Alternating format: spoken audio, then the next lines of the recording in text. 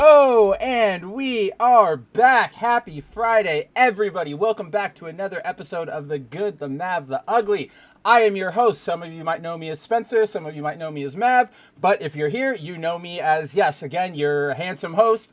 And today, as always, here at The Good, the Mav, the Ugly, this is the show where we provide you deep dives into topics that might not get discussed around our general sphere, anime, toku, video games. So welcome aboard, everybody who is joining me tonight. As always, this show was on Friday. We're here to kick off your weekend. So let's have I'm here to have a good show, talk and have fun. Again, I seem a little discombobulated again, as I always am on these Friday shows, because I just ran into a big thing that just took my attention, so I had to rush to get to my desk, which is why I'm 3 minutes late, 5 minutes, whatever. So bear with me for these 1 minute while I get into the groove. But aside from that, guys, we actually surprisingly don't have a lot of main topics to talk about this week. Surprisingly, Hollywood's been kind of quiet, the video game industry's been kind of quiet, the comic books have been mildly fine.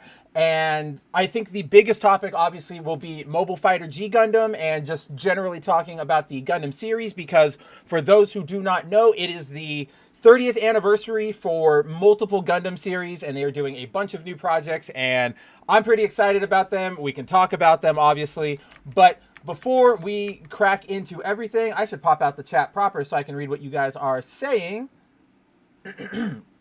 I'm going to say hello to everybody who is here with us so far. We have Zero saying first, what is up, my man? I was wondering if you were going to make it over here in time after your Resident Evil stream, because I noticed 4:55 you were still streaming, and I was like, I wonder if you remember the time change. But either way, glad to see you, my friend. We have Meteor Advocate Timon saying, heyo Spencer, and heyo Zero. Hey, yo, Timon. I know we're going to have a lot of butting heads as we get into the show tonight, but I think it'll be fun overall. For those who don't know, Timon is not the biggest fan of the Mobile Fighter G Gundam series, right? I know Timon loves Gundam proper, Mobile Suit Gundam, but when it comes to the shonen-esque spinoff, he's not the biggest fan. So, of course, we'll talk about that, because I love G Gundam. It's probably, I was trying to explain this last night. I made a guest appearance on the Tokyo Happy Hour show over at Bounding, with Cider and Nerdigans, and I was trying to explain that G Gundam, if G Gundam were to be a proper entry in the Gundam franchise, if you were to say, oh, this is canon now to the Universal Century, it fits in with Char and all that, but now instead of war drama, we're gonna have shonen drama. That would be a big misstep. That would be whoa, what are we doing here? You completely missed the point. You're misreading your audience. Try again.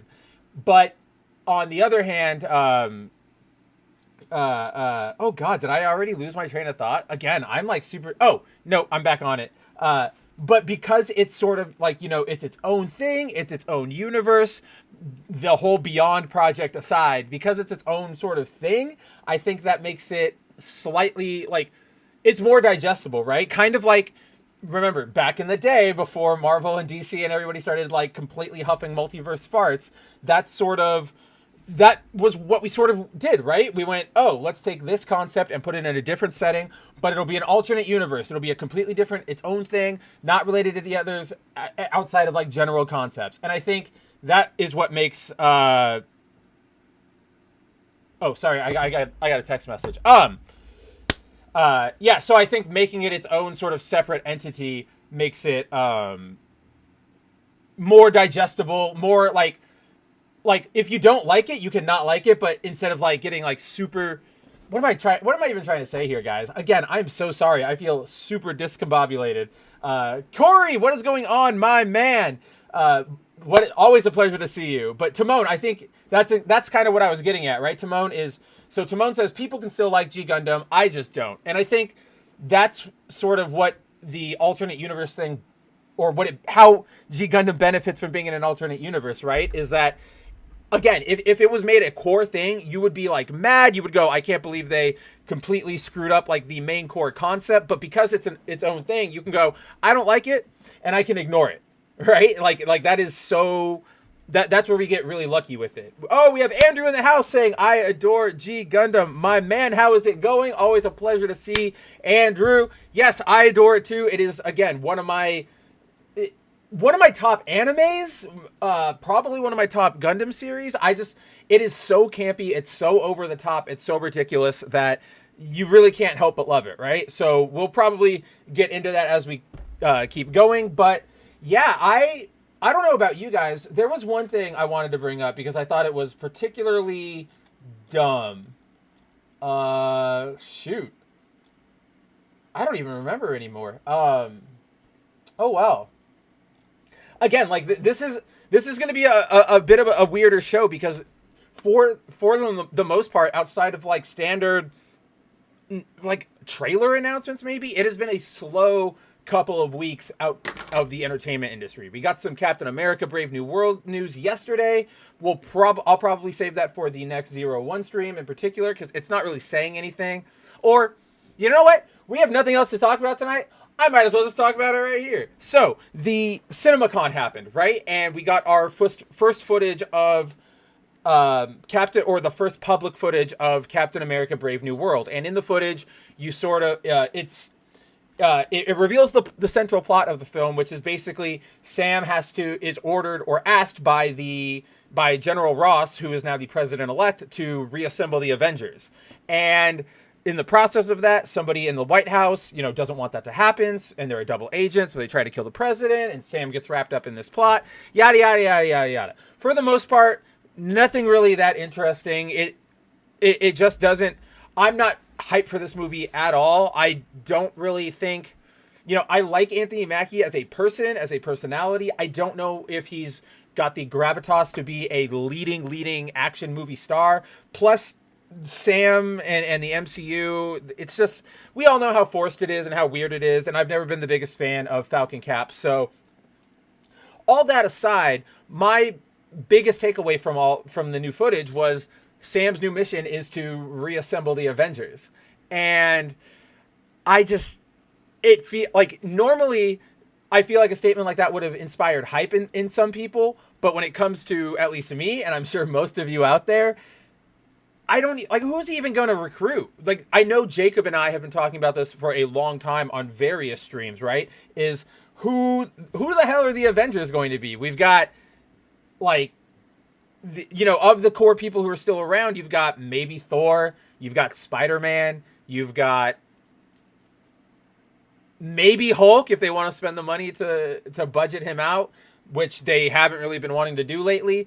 Then if you really wanted to reach, now you've got like Shuri, Black Panther, She-Hulk, which they probably will never, ever touch that again. Possibly reaching into the Eternals, even though that wouldn't even make any sense because none of them are technically left on Earth. Right? So like we are really scraping at the bottom of the barrel, and trying to promote your film on saying Sam's reassembling the Avengers, it really feels like they are scrambling to do something because it feels like they've dropped the ball for so long that at this point, the only thing they can really do is try and get you hyped up with the Avengers coming in. So I don't know about this film, guys. It's gone through like millions of reshoots. It's had like 7 creative changes or creative direction changes. So overall, I'm not thinking it's going to be very hot. Corey says, handsome host, someone lied to you. I'm trying to lie to myself. Fake it till you make it, Corey. If I believe it, go esoteric on it. If I shape the world to how you shape it with your belief, I'll manifest my being handsome. Hey, Esley, it's so nice of you to say hi to me, back to me. Where did you say hi to me? I don't remember where did you say hi? If you've said hi to me recently, I haven't seen it. I have no idea where you've been. I haven't even seen you streaming, my dear. So, aside from that, nice to see you as always, my favorite Brit. Shalom and good to see you as well to Hillam. There's my boy. Always a pleasure to have you on board for the show. Shinkai says, hey, sorry for being late. Just recovered from eating some spicy bulldog ramen. Say no more, right, Shinkai? Say no more. Obviously, I would have never held it against you that you had to take care of things. But at the same time, say no more. I totally get everything. Let's see. Talem says, Brave New World, Aldous Huxley. Andrew says, I'm more of a Captain America guy. Like, yes. Like, I just don't, I do not really see the, I was thinking about this today, like earlier today, even before I started working, before I got to my desk. It's like, why, the whole, like we've had multiple other Caps before, right? Like we've had John Walker, we've had Bucky, which was, he's my favorite alternate Cap, and those other characters were well received or those other Cap changes were well received because as a whole, right, like it respected the character's legacy, it made sense in how they did it, right? Like Bucky is his sidekick from back in the day. Of course, he's with a lot of guilt and he's going to take up the mantle. And then John was the more jingoistic version of Cap. Like Falcon Cap could have worked. I think it genuinely could have if it was, because Falcon has been a longtime sidekick to Captain America. They've co-headlined books. Sam's always been on the Avengers. Like it makes sense for him to get it, but it's the manner in which they're doing it that makes it all just not work, right? And this isn't just the MCU Falcon Cap, but it's the comic book Falcon Cap too, where they just went, oh, here he is now, he's Cap, because we are trying to get more inclusion, more diversity. And it's like trying too hard. And when it comes to the MCU, like those storylines are already so butchered, and that anything you try to do with them, I like, again, we've all had this discussion multiple times. It's really hard to keep going with the MCU's plot after you sort of put a cap on everything, no pun intended, with Endgame. So now you have to scramble to not only continue the hype train with that momentum, but you've also got to play with like the cards you're dealt with now. You have to think about like what came before. And I don't see Mackie's Cap as being that exciting. One of the things that really sells how unexciting he is let me find, he got a new suit for the movie, right? And we all know, oh hey, that's hilarious. I actually showed up in the search results here. Let's see. Let us jump over to our window. We're doing it early tonight. Over to the web talk window. We'll get to the stream buddy in just a second after we talk about Cap.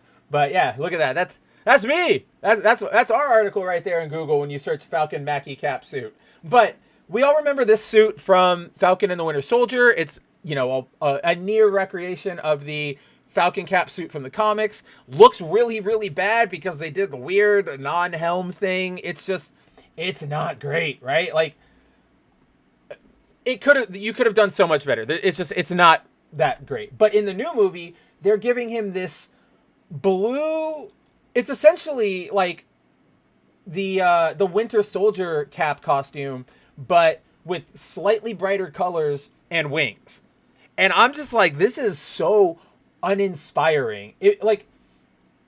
As an icon, right? Like that's what Cap is supposed to be. He's supposed to be this icon for everybody, regardless of what version it is. And this feels more like a uniform. Like if you had a Cap Corps, so to speak, right? Like you had a whole army of Captain America recruits. This feels like a uniform for that, rather than like, I am Captain America, I'm that symbol. And if that's what they're trying to communicate with Mackie's Cap, they're doing him a giant disservice. They're missing the mark really hard. At this point, they're doing the thing where they're going, this is what it is. Don't ask questions, just get excited for next product, and we're moving on. And it's just, I don't know what hype there is to be had for this film. You have Harrison Ford coming in as General Thunderbolt Ross, replacing the late William Hurt. My problem with that is that, look, I love Harrison Ford, but I can't really, when he's in movies nowadays, particularly big franchise movies like Indiana Jones or Captain America or like Star Wars, right? We all know that Harrison Ford does not enjoy working on these projects. He talks all the time in interviews, in behind the scenes commentary, how he's like basically a curmudgeon. He gets dragged out of his home to, sorry guys, I gotta plug something in. He gets like basically dragged out of his home to reprise these roles. He doesn't want to do it anymore. He wants to just crash his planes into the ground over and over again. So I don't know about you, but like when I go and I see Harrison Ford in a movie, it negatively impacts my reception of the film, unless it's like a big indie, like artsy thing where he might actually be flexing his muscles. Cause I'm just like sitting there going, you don't want to be here. I know you don't want to be here. So whatever performance you're giving me, I know it's tinged with like you're not giving it your all because you don't care. And that's fine, but don't expect me to also sort of care along with you. And that sort of, you know, goes to Marvel. Stop hiring Harrison Ford to try and get hype in your movies when the man himself does not want to do any of this anymore. He hasn't wanted to do any of this since I'm pretty sure, what is it? Like Empire Strikes Back, he didn't even want to do that. And yet here he is coming back again and again and again. And it's like, just let the man go. So it's like between that, the desperate, you know, all the reshoots, they literally had the Serpent Society as like the deuteragonist of this film. And through like 3 different reshoots, they ended up being removed because it just didn't work with the plot. So it's just this giant mess. I don't know how. I genuinely, let me put it this way.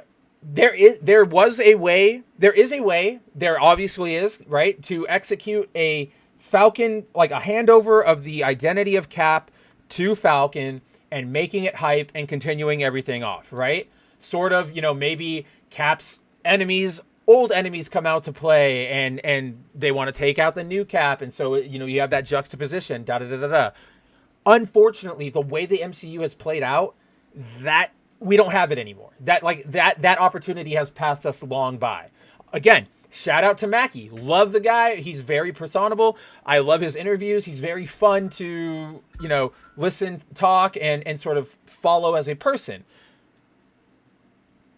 And, you know, for the MCU's credit, the first few appearances of Falcon were really, really, really fun, right? Like his appearance in Winter Soldier is amazing. It's a great use of him. It's a great way to introduce him.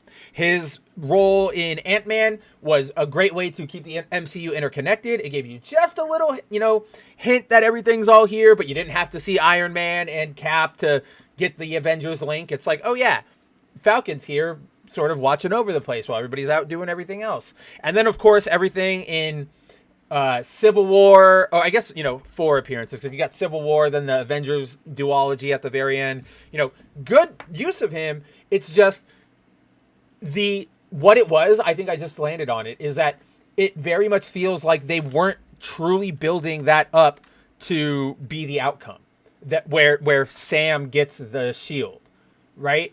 It very much feels like Sam was being built up in that secondary role, maybe even building to be a full-fledged protagonist on his own someday, but we didn't really give him that much solid development or motivations or anything. And then all of a sudden we go, oh, we're going to give you the role of the biggest icon in our franchise.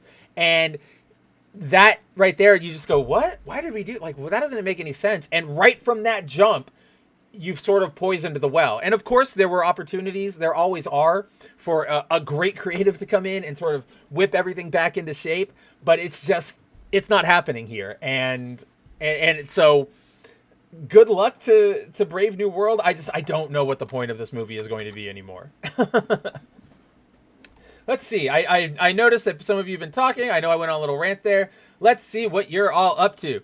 Corey says, Mav, I see a 5 o'clock shadow. Grow it into a beard. Do it. Yes, you do see a 5 o'clock shadow. I have, this past week, a friend of mine, so this is a weird fun fact about me, right? So I'm half Asian and I'm half white.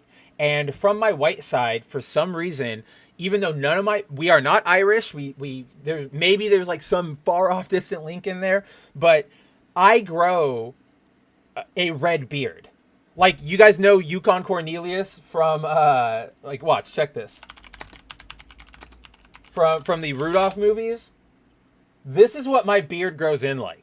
Like, I am not joking. I don't get the mustache that insane, but my beard does grow in like that poofy red. So she didn't believe me, and I am growing it out to prove it to her what it looks like. So yes, over the coming weeks, you will see my beard grow in. Yeah, I guess it's been a while since I've had one. I used to regularly rock one, especially like way back in the early days of the bounding streams. But ever since I moved out to Arizona, it is very hard to manage a beard, especially in the summer out here. Like, I just want to scream. So it comes in and out. You guys will probably, now that I have my own show here or whatever, like you'll probably see it more and more. But yeah, that I don't worry, Corey, it is coming. SLC says happy Friday to everyone. Hope everyone has had a good week. Yes, I hope everyone has had a good week as well. I hope you guys all have something great going on this weekend.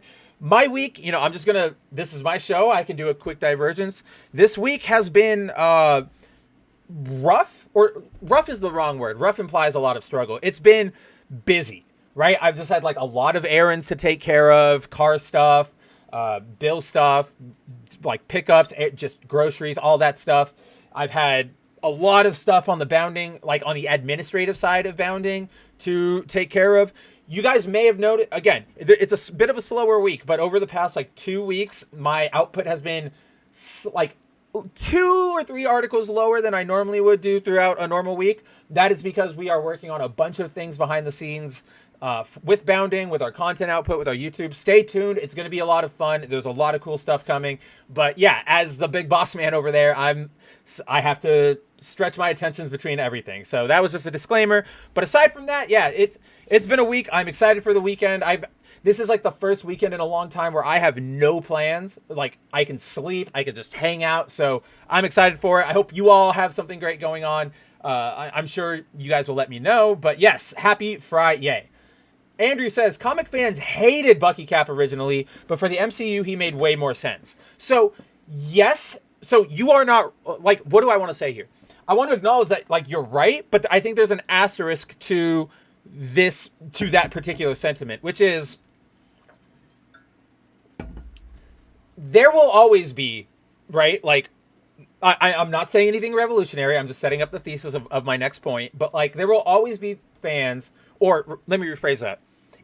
Any change in life, whether it's, deciding to wear a new pair of glasses or having to take a different route to work, anything like that will always be met with grump or frustration from human beings in general, right? It's just a human thing. And especially when it comes to comic books, we comic book fans have a tendency to really, really reject almost any big sort of major change that comes our way.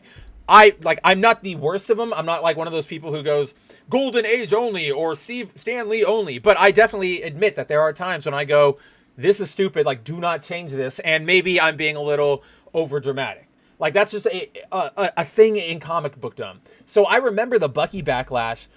So it was real, but at the same time, there was a very significant cadre of fans who went, oh no, we get it. We sort of get where this plot line is going. We don't like that Cap is dead, but this is sort of how you pick it back up. So I feel like this was one of those situations that was more representative of sort of those knee-jerk, like, I don't want change that we all go through, than it was genuinely like, we think this is a bad idea. Because I know very quickly sentiment on Bucky Cap changed, because he became Bucky Cap in the Cap series proper under Brubaker, and then he got a lot of use under Bendis when he put him on the New Avengers. And when Bucky was on the New Avengers, again, remember we this is sort of the point we always talk about with Bendis. This was his golden era where he actually was able to write good things. So Bendis made it, Bendis did a really good job of showing the juxtaposition between like a soldier and superheroes in the harshest way. Because like when you get it with Steve is understanding. He tries to, sort of find the middle path, go King David on it. He tries to assuage things so that everybody sort of breathes easier. With Bucky, he doesn't really give a shit. He knows he is a killer. He's a soldier. So he goes, if I got to kill them, I'm killing them. Like I do not care whatsoever. And so that clash of ideals, and then Bucky wanting to be better as a superhero to honor Steve, I think it really, really brought that character together at the very end. And come on, guys, like, of all the, like, I don't know why I put an S there, I love Bucky's suit. Like, that is a rad Captain America suit. Why are there no good pictures of it? What the hell? I guess this is kind of a good one. Maybe Marvel will deliver. Batroc the Leper. But yeah, like again, it's shiny. It was more tactical. That it doesn't go all the way down. But where Steve has the like fan out boots, Bucky has like combat military boots. It was just I thought it was really good, and I really wanted to see Bucky Cap on screen just because I love that suit so very much. Shinkai says Avengers Assemble. Oh man, I had one more point to bring up about. Oh, that is something I hated about So for those of you who saw What If Season 2, just for more proof that Marvel doesn't really know about the properties they're heralding, in What If Season 2, there was an episode, What If Peter Quill attacked Earth's Mightiest Heroes? And the scenario is basically Yondu delivers, instead of, taking Peter for himself, he delivers him to Ego. Ego trains him up to be a weapon and sends him back to attack Earth in like 1985. And that prompts the Avengers to assemble in 1985. So you get a team that's composed of like T'Chaka and Peggy Carter, who is now, she's kind of like Nick Fury. You have Hank Pym. You have, Bill Foster as Goliath, all the sort of earlier heroes, and then Bucky is put on the team because he's the Winter Soldier at that point. There's a moment at the very end where, they show that their main plan, like their backup plan, if all the Avengers failed to stop Peter, was to have Bucky just, snipe him away and blow out his brains. And, harsh, wow, kill a kid, that's crazy. But that's why you have the Winter Soldier. And in the show, Bucky is ready and he's aiming, and Hank is trying to talk down Peter Quill, and I think it's either Howard Stark or Peggy talks the Winter Soldier down.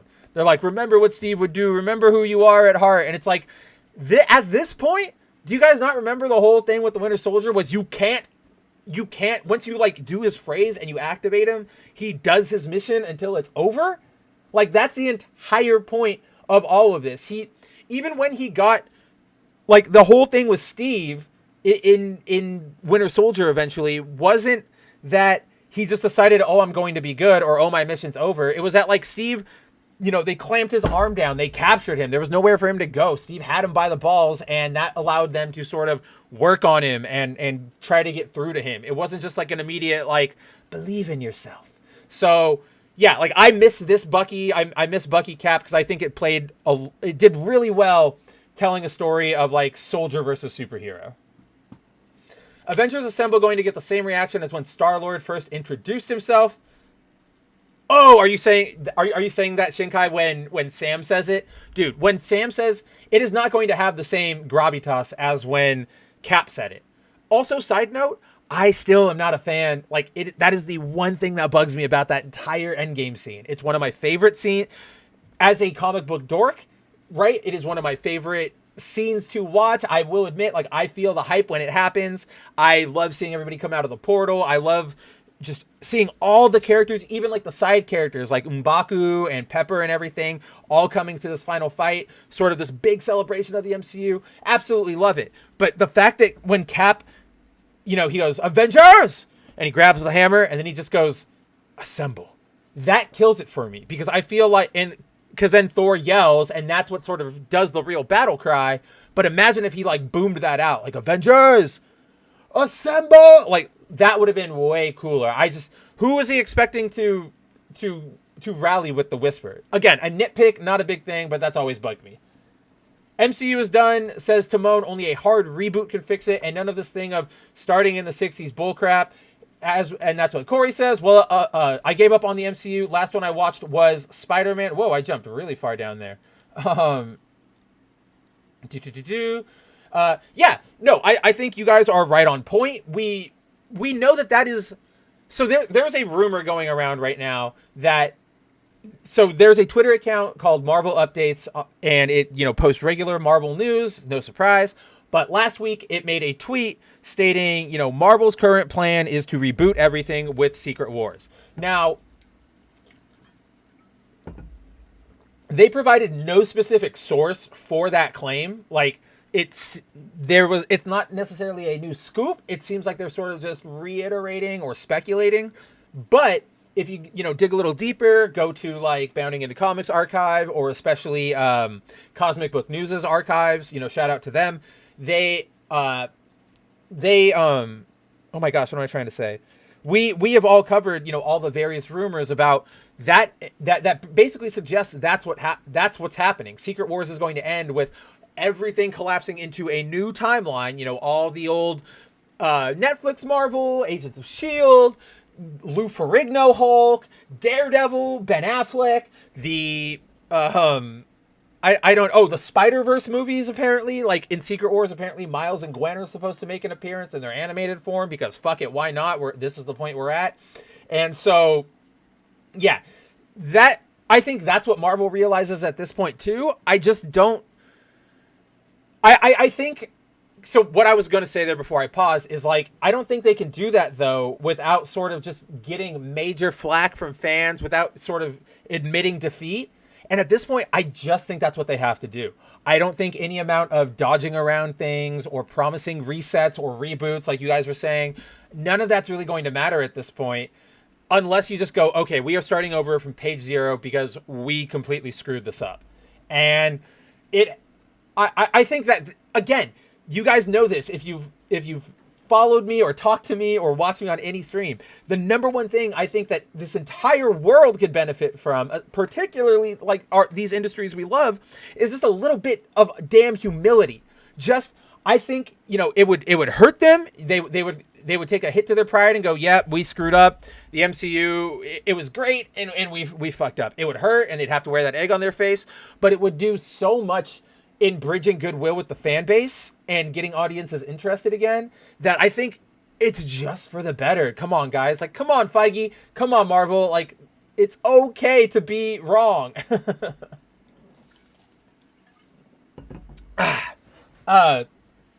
Let's see. Tehillim says, still reading through the 20th Century Boys Perfect Editions at volume 10 now. Dude, I need you to finish that, and as soon as you finish that, DM me so we can talk about it, because that series, again, we talked about it a couple months ago when you first started reading it. I fucking love that series. It is so good, and it's outside of, like, not having superheroes or, like, mecha, it's the exact sort of story I want. Like, it's got the right intrigue, the right character. Oh, it's just so good. So keep at it there, Tehillim. I need you to get through it. And let's see. Let's see. Wait, what memes are happening? Oh, my punished memes. Yeah, because of my beard. Punished Mav, a man forced to keep suffering chasm, right? I'm just going to bring that up to that'll be the next thing I bitch about it once we get to the bottom of the chat, but hold on to that. Let's see. Zero just got here. That's so funny, dude. I shouted you at the very beginning of the chat because of your first post. I genuinely thought you were here. But no, welcome aboard, my man. Always a pleasure to talk to you. I was watching your RE2 stream up until mine started. Side note, maybe not just because Zero brought it up, or what am I even saying? Side note, I'm just going to address this. Zero's been playing Resident Evil 2 Remake recently, right? I admit that game is not a good remake per se. Right? It makes significant changes to the original Resident Evil 2. As somebody who liked the original one and, all of what it offered and the dual storylines, I do sympathize, and I get I have my own complaints about the fact that they made such drastic changes to the setup of the game.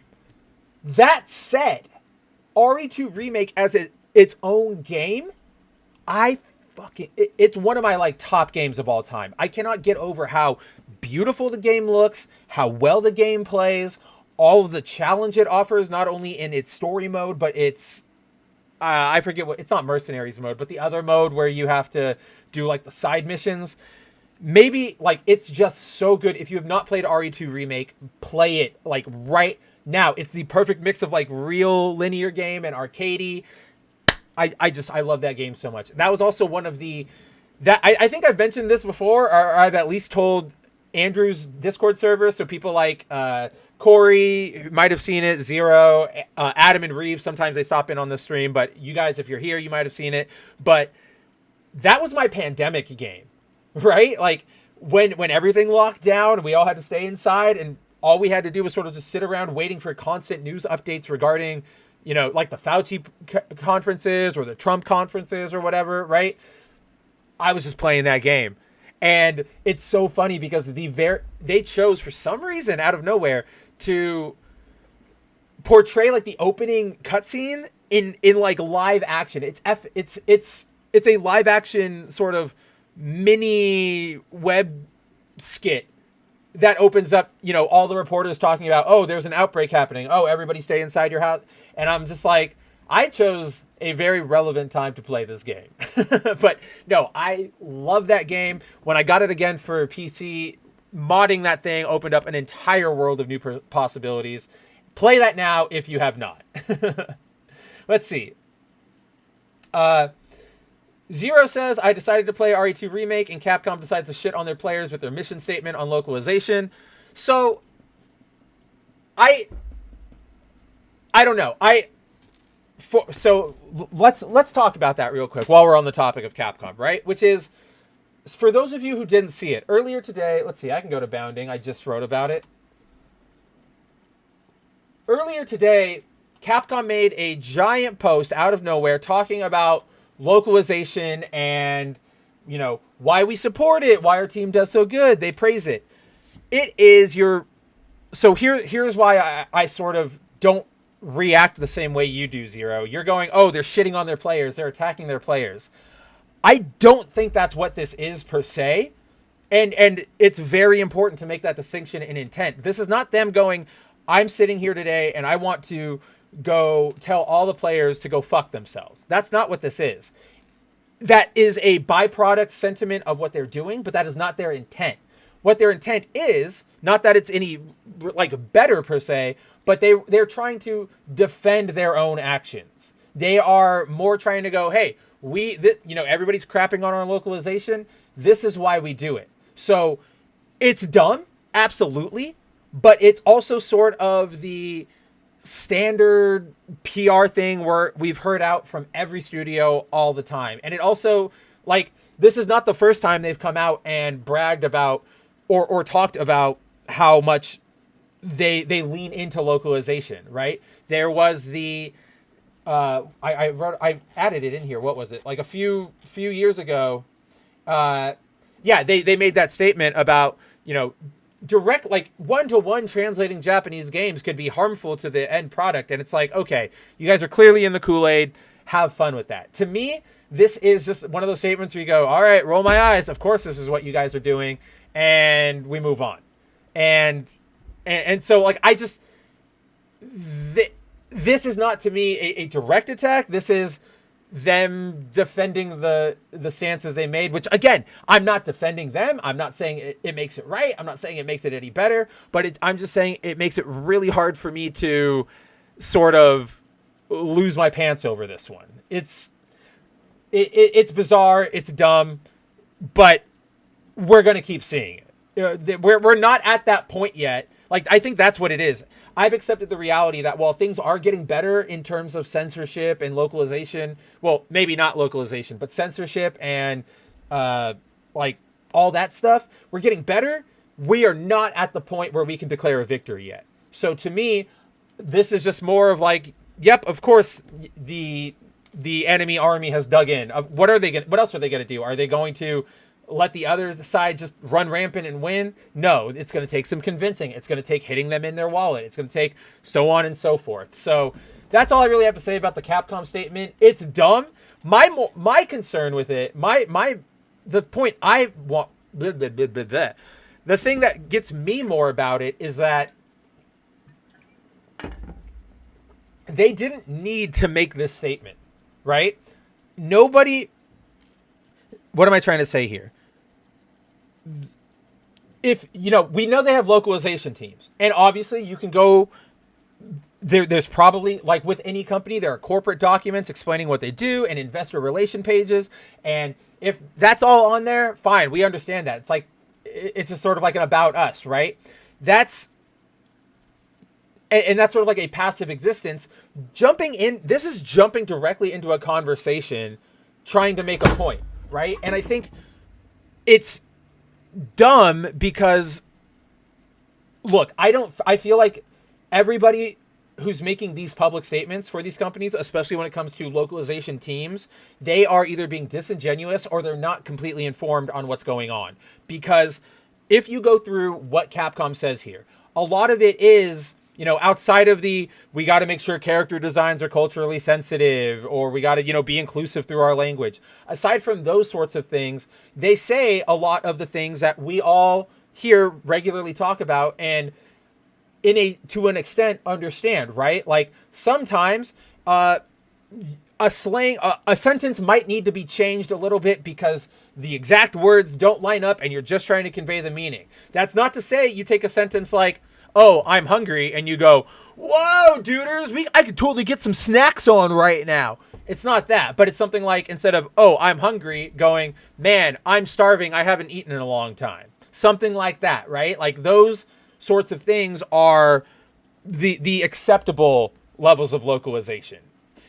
That's when you read these statements, that's where it sounds like they're arguing from, going, these little changes, like this is stuff that has to be done, guys. Do you not understand it? It's also the same way that not independent localizers, but localizers speaking on their own behalfs on like Twitter and YouTube, they also frame it the same way, going, "Oh, we need to localize some of these things because that's what, like, how else are you going to understand X, Y, or Z?" But the problem is they're, again, either ignorant, like willful or accidental ignorance, through willful or accidental ignorance, they're ignoring they're missing what the actual complaint is. Nobody is complaining specifically about those instances of like necessary change.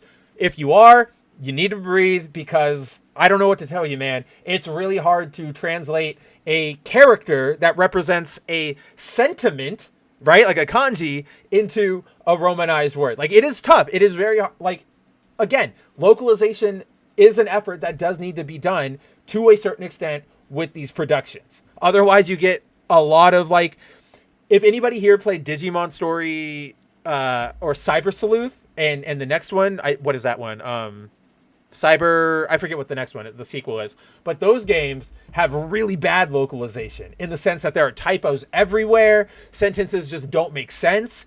Plot, like a character will like start fuming, like, "Oh, I'm so mad," and then they'll be like, "Oh, I'm so stoked about winning that Digimon battle. Let's go." And it's like, I don't even know, what are we doing here anymore? So to that end, the real problem here, guys, is not those little changes. It's when they overwrite things. It's when they, insert memes, or they trans characters that aren't supposed to be trans. It's literally just respect the original author's intent. And the fact that they're ignoring that makes me think like you're either being disingenuous on purpose, or you just don't know, because your informants, not your handlers, but your informants aren't telling you the big picture. And it's sort of until people like that breaks through, that the argument is, we want your original works and not this butchered crap, we're going to keep seeing a lot more of this. Because again, I want to stress this statement in particular, or statements like this, but this one in particular, are not made by the individual creatives themselves. This is not, oh my gosh, I'm blanking on his name, but the Devil May Cry director, or this isn't Itsuno talking, right? This isn't, he's not the best developer around, but it's not Ono of Street Fighter, right? Like, he's not saying this. These are all corporate statements that are launched from generally the English-speaking branches of these companies. So what you're getting here is sort of, "Oh, don't worry, Japan. We are your English branch. We'll take care of the English discourse. We will talk about it here." We have no idea who made this statement, but I guarantee you it's not anybody who's actively working on a video game with a creative design or intent or anything. This is an intern. This is a localizer themselves. This is the person in charge of the Twitter account putting forth their argument to defend their work. If you, in recent months, again, follow Bounding Into Comics. If you don't already, I don't know. Again, if you're watching this show, you probably know me through Bounding Into Comics. So of course you already watch it, or you already checked it out. But we are the only site that sort of, truly tracks this this ongoing localization discourse. And in recent months, we've seen more and more and more Japanese creators hop on the bandwagon of, stop touching our works. And also, we're going to seek out the truth ourselves. For example, right? With the Unicorn Overlord discourse, the Final Fantasy Tactics designer jumped in and was like, respect the author's original intent. We had Oda come in and with Netflix's One Piece and talk about how I just want to honor my vision. Like, I wanted to make sure that everything had my approval if they were going to do this, because this is something I genuinely care about. We're getting these creators more and more coming out and saying, we don't do this. So I think there is a tide changing. And then, sort of side related, not exactly on topic, but in the discussion, Ruben Langdon, when he was, if you guys remember from a few months back, when he came out and he told his story about being dropped from Devil May Cry or being dropped from the role of Ken in Street Fighter, he explained that the reason he wasn't also dropped from his... So, for those who don't know the story, a couple years ago, let me restart that. Before the time, I need to explain who Ruben is. So, for those who don't know, Ruben Langdon is the voice actor, motion capture actor for Dante from Devil May Cry. Up until Street Fighter 6, he was the voice actor and motion capture actor for Ken Masters in the Street Fighter series. He's very prolific. He's a very big stunt coordinator in Hollywood. He's had some live action roles before in Hollywood productions. Very prominent creator. He is a very... I want to say, I don't want to say weird. I want to say esoteric, because I actually fall a lot of my beliefs, or a lot of the things I'm interested in sort of listening to or entertaining are what he believes in, right? He talks about UFOs and other dimensions and esoteric stuff like that, and how you don't trust the government. And he was very much against, the vaccines or the forced vaccination mandates. A couple years ago, during the height of the Kick Vic movement, at the height of the Kick Vic movement, Devil May Cry 5 dropped. So this is 2019. At the time, Langdon, was doing press for the game. He was doing interviews all over the place, and he got a request to appear on a live stream with Hirohei and Yellow Flash. And during that appearance on the show, unsurprisingly, they asked him, he thought it was just going to be about Devil May Cry and his career. During the show, they asked him for his thoughts on the entire Vic discourse. And essentially what he came out and said, I'm paraphrasing here. You can go to Bounding. It's in the article. Just search Capcom, Ruben Langdon, Devil May Cry, whatever. But essentially he came out and said, look, I don't know the situation. I don't know the accusations. This is sort of the first I'm hearing about it. What I can tell you is that from my experience, and I'm emphasis mine, but I'm trying to communicate how hedging he was in his language, right? In my experience, Vic has been a great guy. He's been nothing but courteous and nice. Yes, I've heard he has a reputation as a womanizer, but I've never really heard anything outside of, he likes to flirt a lot. So off of that appearance and that sort of neutral statement, Newsweek, a Newsweek reporter ran a hit piece accusing him of being, anti-Me Too, pro-MAGA, pro-conspiracy, anti-vaccine, da-da-da-da-da-da-da. And it's complete bunk. It is a crock of shit by definition. But unfortunately, Yoshi Ono, the director of Street Fighter, he's been a director of the series for a long time. He was at the time directing Street Fighter V.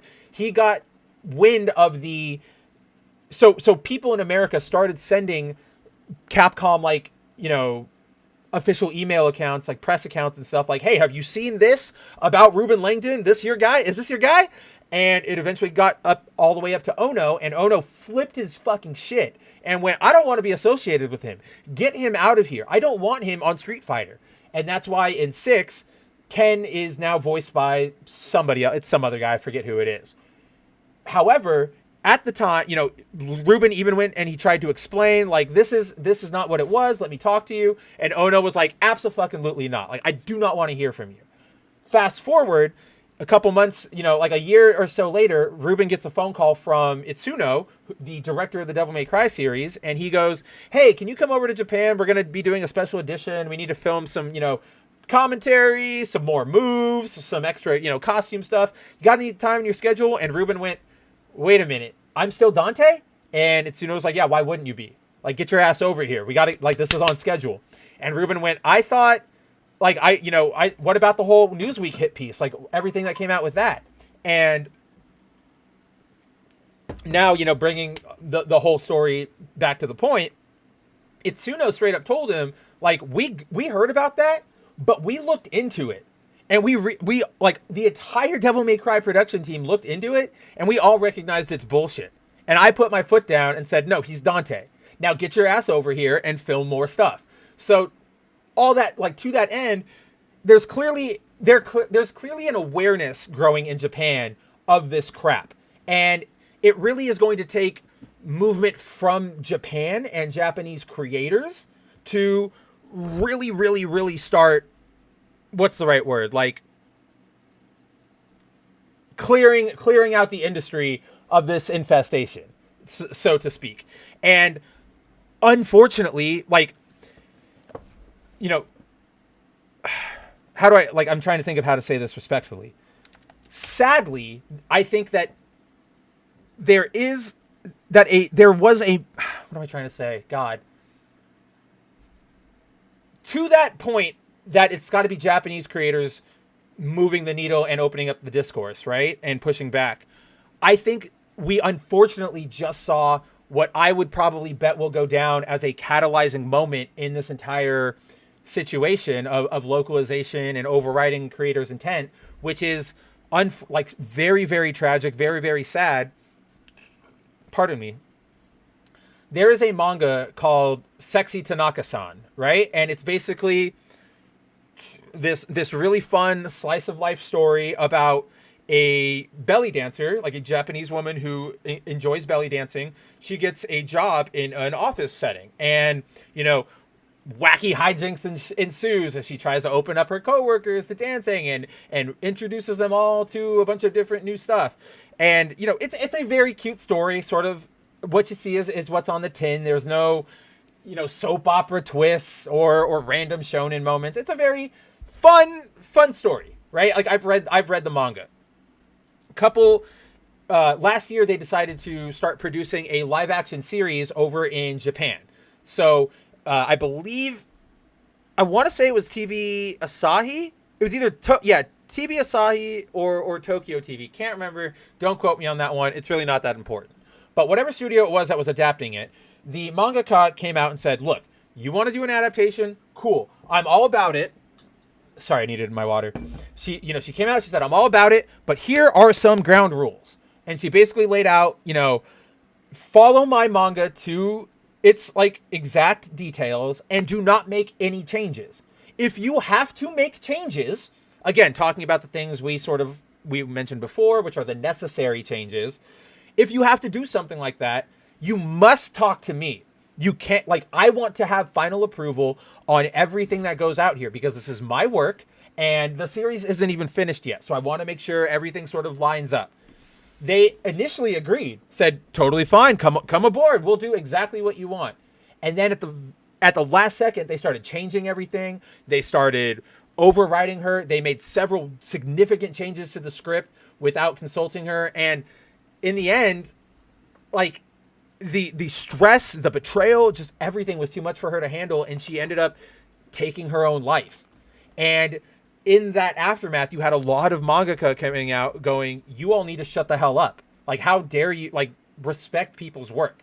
So all that to say, Zero, all of that on this Capcom point is that this, we essentially are still trying to get through the gates, right? Like, our message can't get through, all the points can't get through to the Japanese creators at the center of the camp until we break through the localizers at the gate and the social media managers behind them and the corporate executive heads of the Western branches and so on and so forth.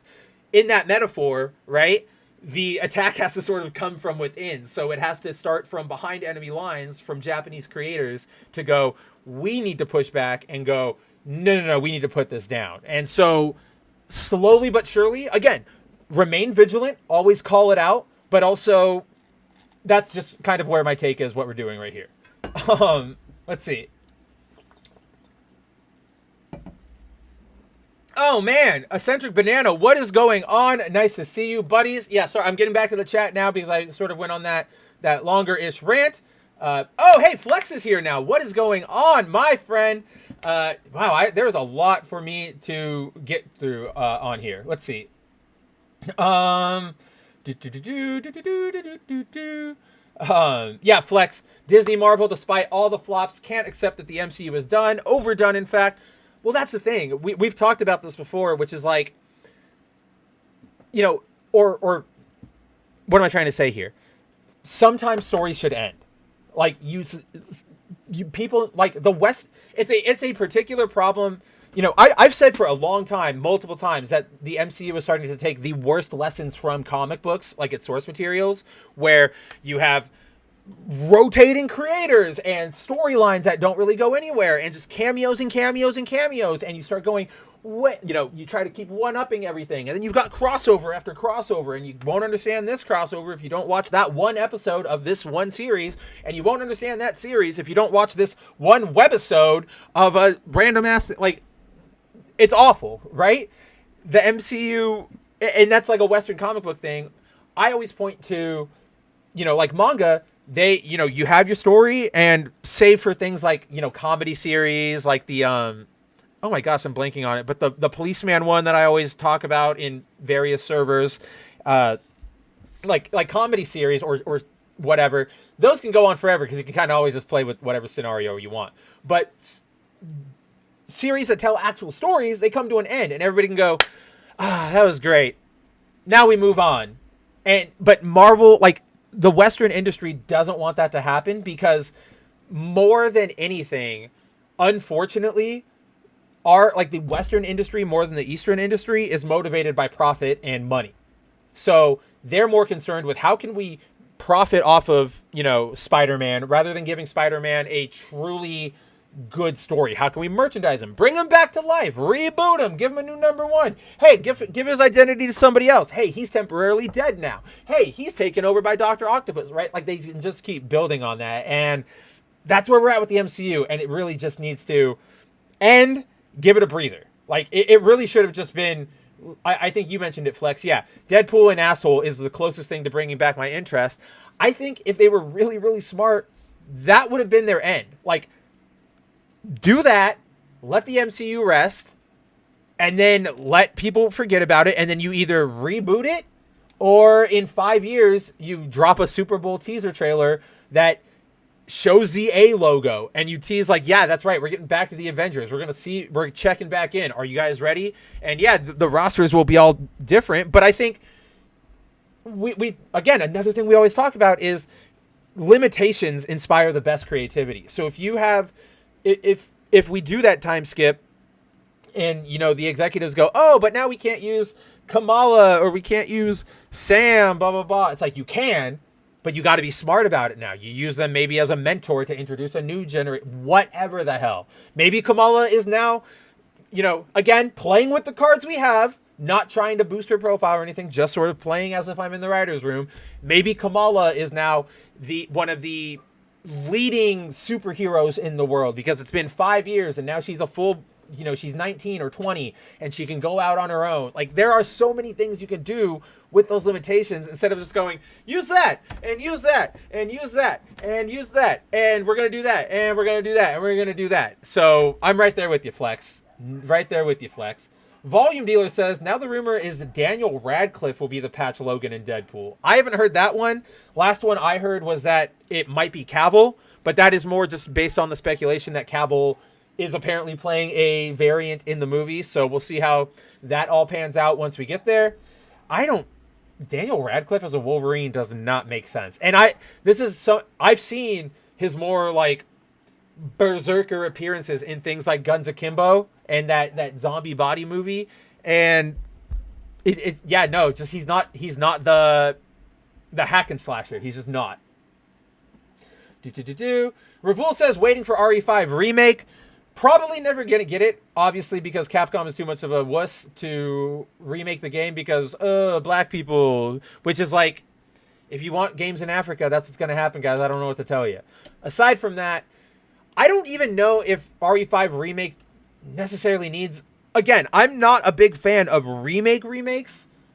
Remasters, sure. Give it a new layer of paint, a new skin of paint. But overall, I think RE5 has held up pretty well. You know what I want? Remake 6, and at some point down the line, bring back Sheva, however you want to pronounce it, because she's been gone since 5. Literally her only appearance. All right, now we jump because everything else jumped on me, and I feel like I'm really lagging on the chat. Let's see.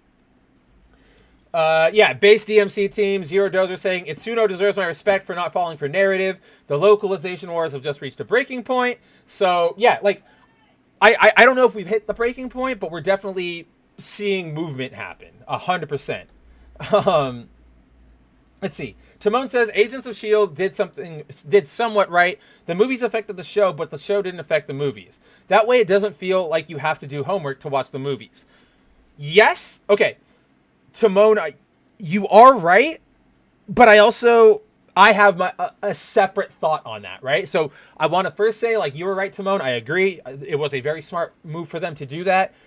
However, I am still of the mindset that, like, dude, you promised us that this was all interconnected, and you didn't connect S.H.I.E.L.D. at all into anything. And now I'm not saying, Timon, that, like, Agents of S.H.I.E.L.D. should have been affecting everything and you had to watch all the seasons to catch up on the Avengers or anything. No, I don't mean that. But, like, a reference here or there, show Chloe in an Avengers movie, so on and so forth. I remember in the lead up to... whether it was Infinity War or Endgame, it was one of the two. But I remember telling my girlfriend at the time, I was always talking about, like, these movies represent a great opportunity for Marvel to really reintroduce everything. Because if you're going to have a global invasion by Thanos, you know, show them fighting in Wakanda, and then, you know, you cut over to Hell's Kitchen, where the Defenders are fighting a couple Chitauri. And, you know, Jessica quips to Matt, and Matt says something back. Then you know, do a really quick cut again over to the Runaways. And the Runaways are fighting them over in California. Another quick cut to the Agents of S.H.I.E.L.D. Maybe they're doing something against them. You know, just really bring in everything instead of...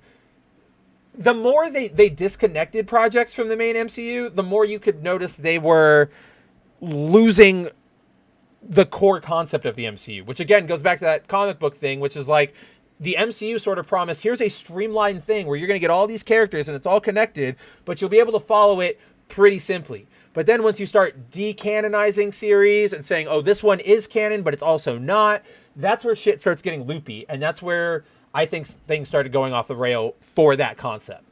I think there is a smart way to be able to have, like, they did do that right, Timon, right? Like, admittedly, for a long time, they were operating under the assumption that they would all link up back together. Like S.H.I.E.L.D. would link back into the MCU. I think the S.H.I.E.L.D. showrunners were operating on that assumption. But then, yeah, Marvel just went and did their own thing. But to what I'm trying to say to that is, clearly there is a way to have a long-running tie-in series that doesn't completely affect the movies, but relates and yada yada. Again, I'm just wrapping it back up by saying you're right, and I hear your point. Yeah, Andrew says RE6 needs to happen. Same with RE5, need more Sheva. Like, I don't know why they abandoned her. She's a great protagonist. She's a very attractive protagonist. And, you know, right there, she's from Africa. She's a woman. You've got your diverse link up right there. And yet, nothing? Okay, like, makes absolutely zero sense to me, Capcom. After this announcement in RE4 Remake, says Zero, I think Capcom should just stop right now. Well, and then he says, not to mention RE6 damaged the lore so hard, it really does not deserve a remake. I struggle to remember any game that failed so hard and had a remake redeem it.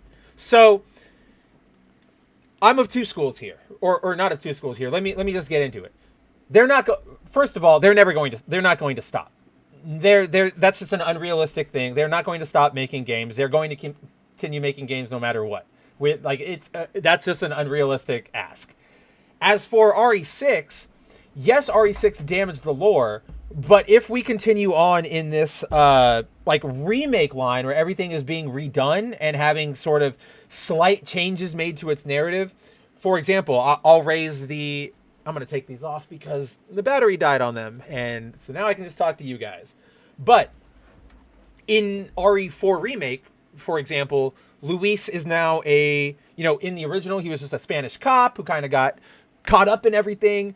But in the remake, he is a former Umbrella, like, engineer technician. So they're clearly, not afraid to make modifications to this lore. I think if you redo RE6 and you can keep some of the beats and some of the concepts, but I really think that you just need to throw it all out and do it again. To your point that you've never seen a game really do a remake and come out better per se.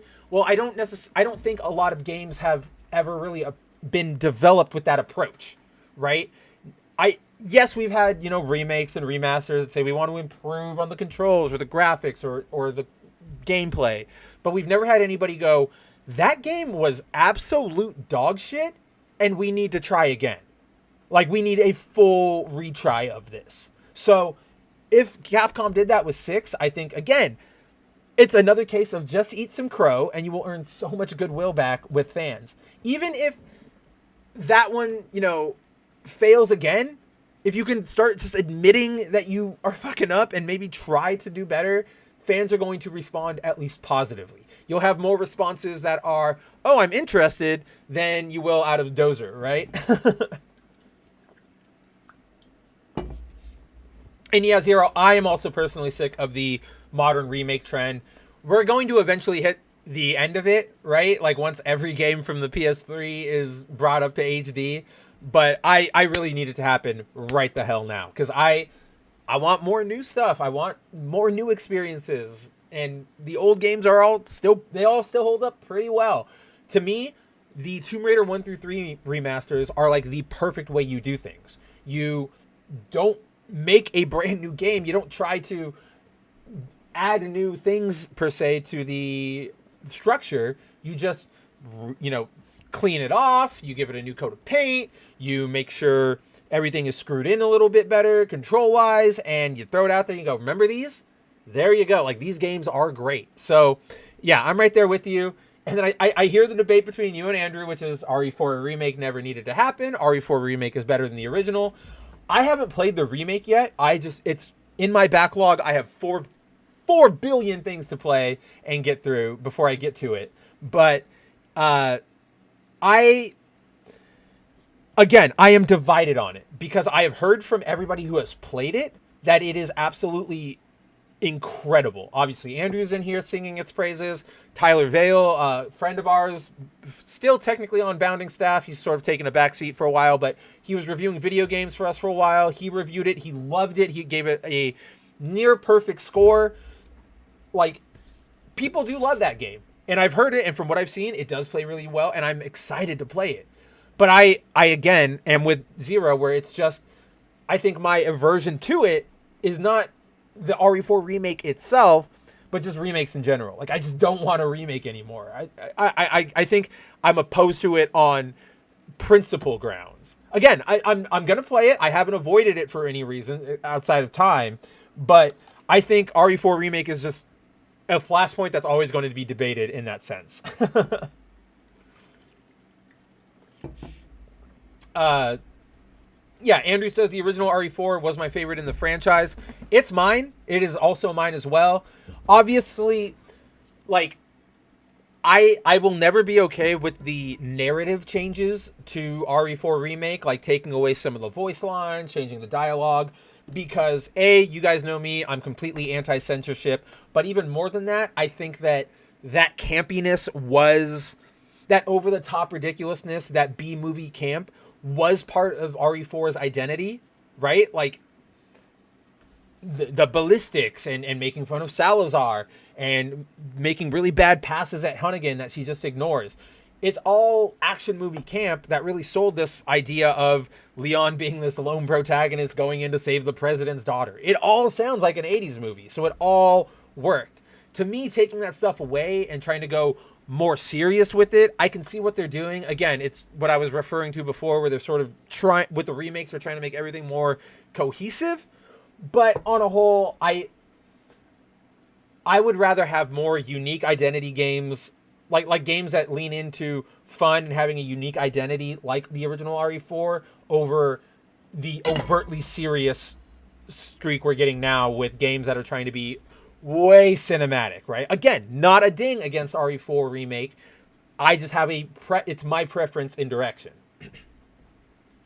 Yeah, Zero says, I don't mind remakes when they're good, but we've been flooded with remakes, and those remakes are updated to modern standards now, meaning they wash down these games to cater to Twitter. Right, that's more of my problem with these remakes, is that it's not even that they're washing them down. I know what you're saying, but I think the more proper turn of phrase is they're sanding the edges off of everything, right? For example, like, just look at what I was talking about with RE4. All the dialogue changes and things they've made are things that could be a little like, ooh, might offend modern sensibilities, so they sand them off. So we're all getting very, very safe, very, very, like, safe, what is the word? Like, infantilizing releases, because, this is a bigger problem I have with media overall, treating their customer bases like fucking children. Even children are being treated like babies. I was talking about this with Cider and Nerdigans last night about Gundam. In the West, we will err away from absolutely every single controversial idea. And that's because, the left or the right, whatever it is, everybody just says, like, I think my way is right. We got to protect everybody. This offends my sensibilities. So people are offended by nudity or violence or what have you, blah, blah, blah. Darker themes of abuse or divorce, whatever. In Japan, they sort of go, we understand that children will eventually become adults. And while we're not going to go, they're not throwing Junji Ito or Suicide Club or the original Battle Royale at kids. They're able to go, okay, kids, you can understand, we can talk to you about concepts like death or pain or losing somebody who you trusted. And yeah, we just do not get that over here. And it is a bummer, because that's the sort of stuff that's the spice of life, if you will, right? Like, you confront those truths, you learn how to deal with. It's just part of the creativity, but the more you sand it off, the more there's just nothing to really offer in that sense.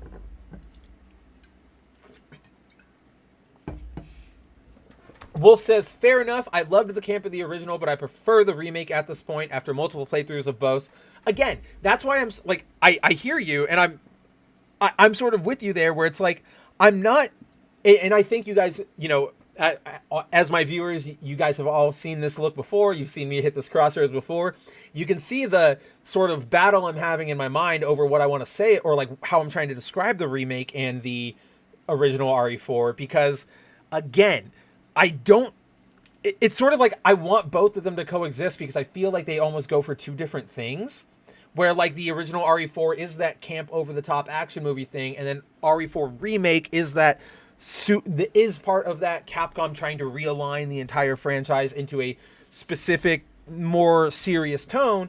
I almost feel like they offer two different experiences, so I'm like not as offended that RE4 remake exists. Again, I'll always have my issues with the camp, but it's a conundrum of a game. It's one of those games where I don't think, at least personally, I can give a very staunch, like, this is how I feel, done. Let's see. Yeah, Andrew says it's a good way to look at it. That's why I own all of them. Yeah, I mean, I own RE2, RE2 Remake, RE3, RE3 Remake. They offer... Like for example, I'm really glad we're talking about this, because I think the more I'm trying to respond to Andrew, the more my thoughts are becoming fleshed out. But it's like, think of Dead Space, right? The Dead Space remake is sort of trying to replace that original experience, saying like, this is the definitive experience you're going to have for it. Enjoy it. Whereas with RE4, it's like, this is a version of it. This is again, it's almost like we were talking, it's like a multiverse, right? Like, or like an alternate universe RE4. Like, the original one is still there. We still like it, but we're giving you, we're not trying to be that camp with this one. We're trying to do something different. So the fact that everything is trying to coexist side by side rather than this is the one that you're supposed to like now, get over it, you baby. I think that is sort of one of the big factors in this discussion that keeps everybody from going like writing off one or the other. No, I don't mean actual multiverse shit, Zero. Like, I'm not saying like the RE4 Leon Kennedy will enter a portal and come hang out with the RE4 remake Leon. Oh yeah, I totally forgot that you were not here actually at the very beginning of the stream. But what I was talking about earlier was how oh my gosh, I don't even remember what the actual topic like what the actual subject we were talking about was. But I was talking about how if you treat something like an Elseworlds rather than the new actual experience, players or readers or whatever are more willing to accept that as like its own experience. Oh, that's what it was. So for example, Mobile Fighter G Gundam. Timon does not like that series. He doesn't like its more shonen aspects. He's a more traditional fan of the classic War Gundam, which again, I love that too. I just I also have a separate like for G. But we were talking, Timon and I have been talking about it, throughout various streams out over the week. But at no point has Zero or has Timon ever gone like, fuck G Gundam. It should never have existed. It's an insult to the canon. What the hell was Sunrise thinking? Instead, he just goes, I don't like it. It's not for me. I don't like it. And I think, and I was saying at the beginning of the stream that I think the fact that, G Gundam wasn't thrown into the main canon and sort of meant to be a replacement, the new direction for the franchise. It was its own thing in its own universe, saying like, if you want a shonen Gundam, go over here for that. That is the differentiating factor in the fact that Timon and like me, right? Like, I would have been pissed if they tried to overwrite the Universal Century stuff with G Gundam, but it's the reason, that's how we're able to go like, that's its own thing. Now let's talk about Rio Gundam.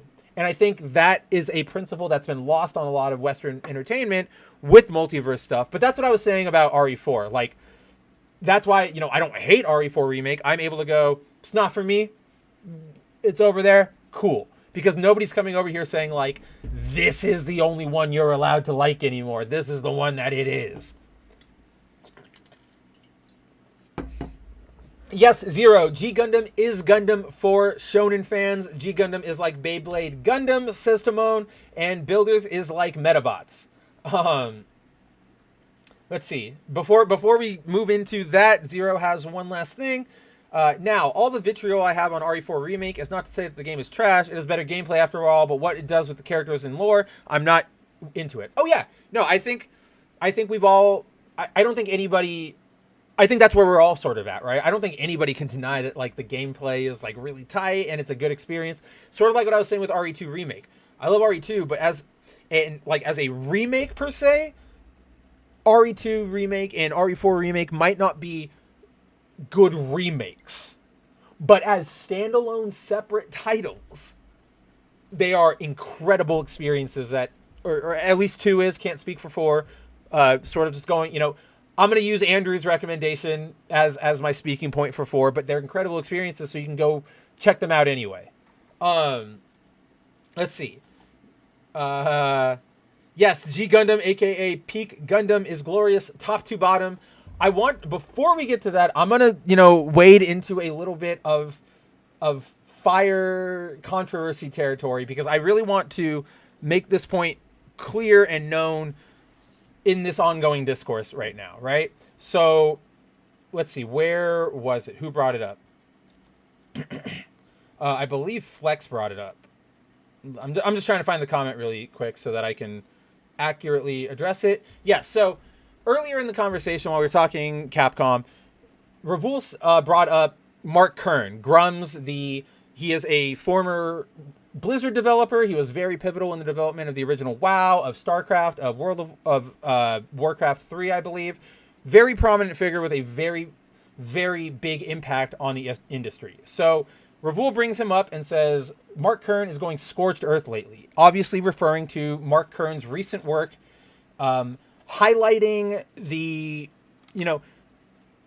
what am I trying to say here? Like the underlying current of neoliberalism that's going on in the video game industry, right? So I'm actively acknowledging that I'm wading into sort of controversial territory. While I recognize how much of a good creator and Mark Kern is and how much of an impact he's had on the industry, I think what he's doing right now is losing, like, what his turn recently is not a beneficial one for anybody outside of himself. So if you've been following the drama, Grums has gone from, actively calling out people who insult customers and actively, highlighting people who work for Sweet Baby Inc. and games that Sweet Baby might have worked on, to now he's really just swinging at anything that's anything that's even basically liberal. There was one of his recent targets was, or not targets, but one of the recent people he engaged with was the Helldivers 2 community manager, who simply expressed her own views of what she believed the game was, that it was a anti-colonial message, so on and so forth. And so to me, while Grums first jumped into this situation and he was sort of helping because he was able to sort of highlight the intricacies of the industry, we've gone from him being helpful to him, honestly, guys, making it all about himself. And I point to the fact that he has started to watermark his tweets with here, I'll show you what I'm talking about. Let's see.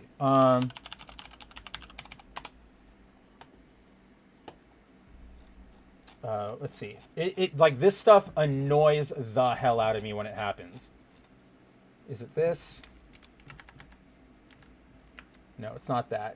It is. Oh, did he like stop doing it?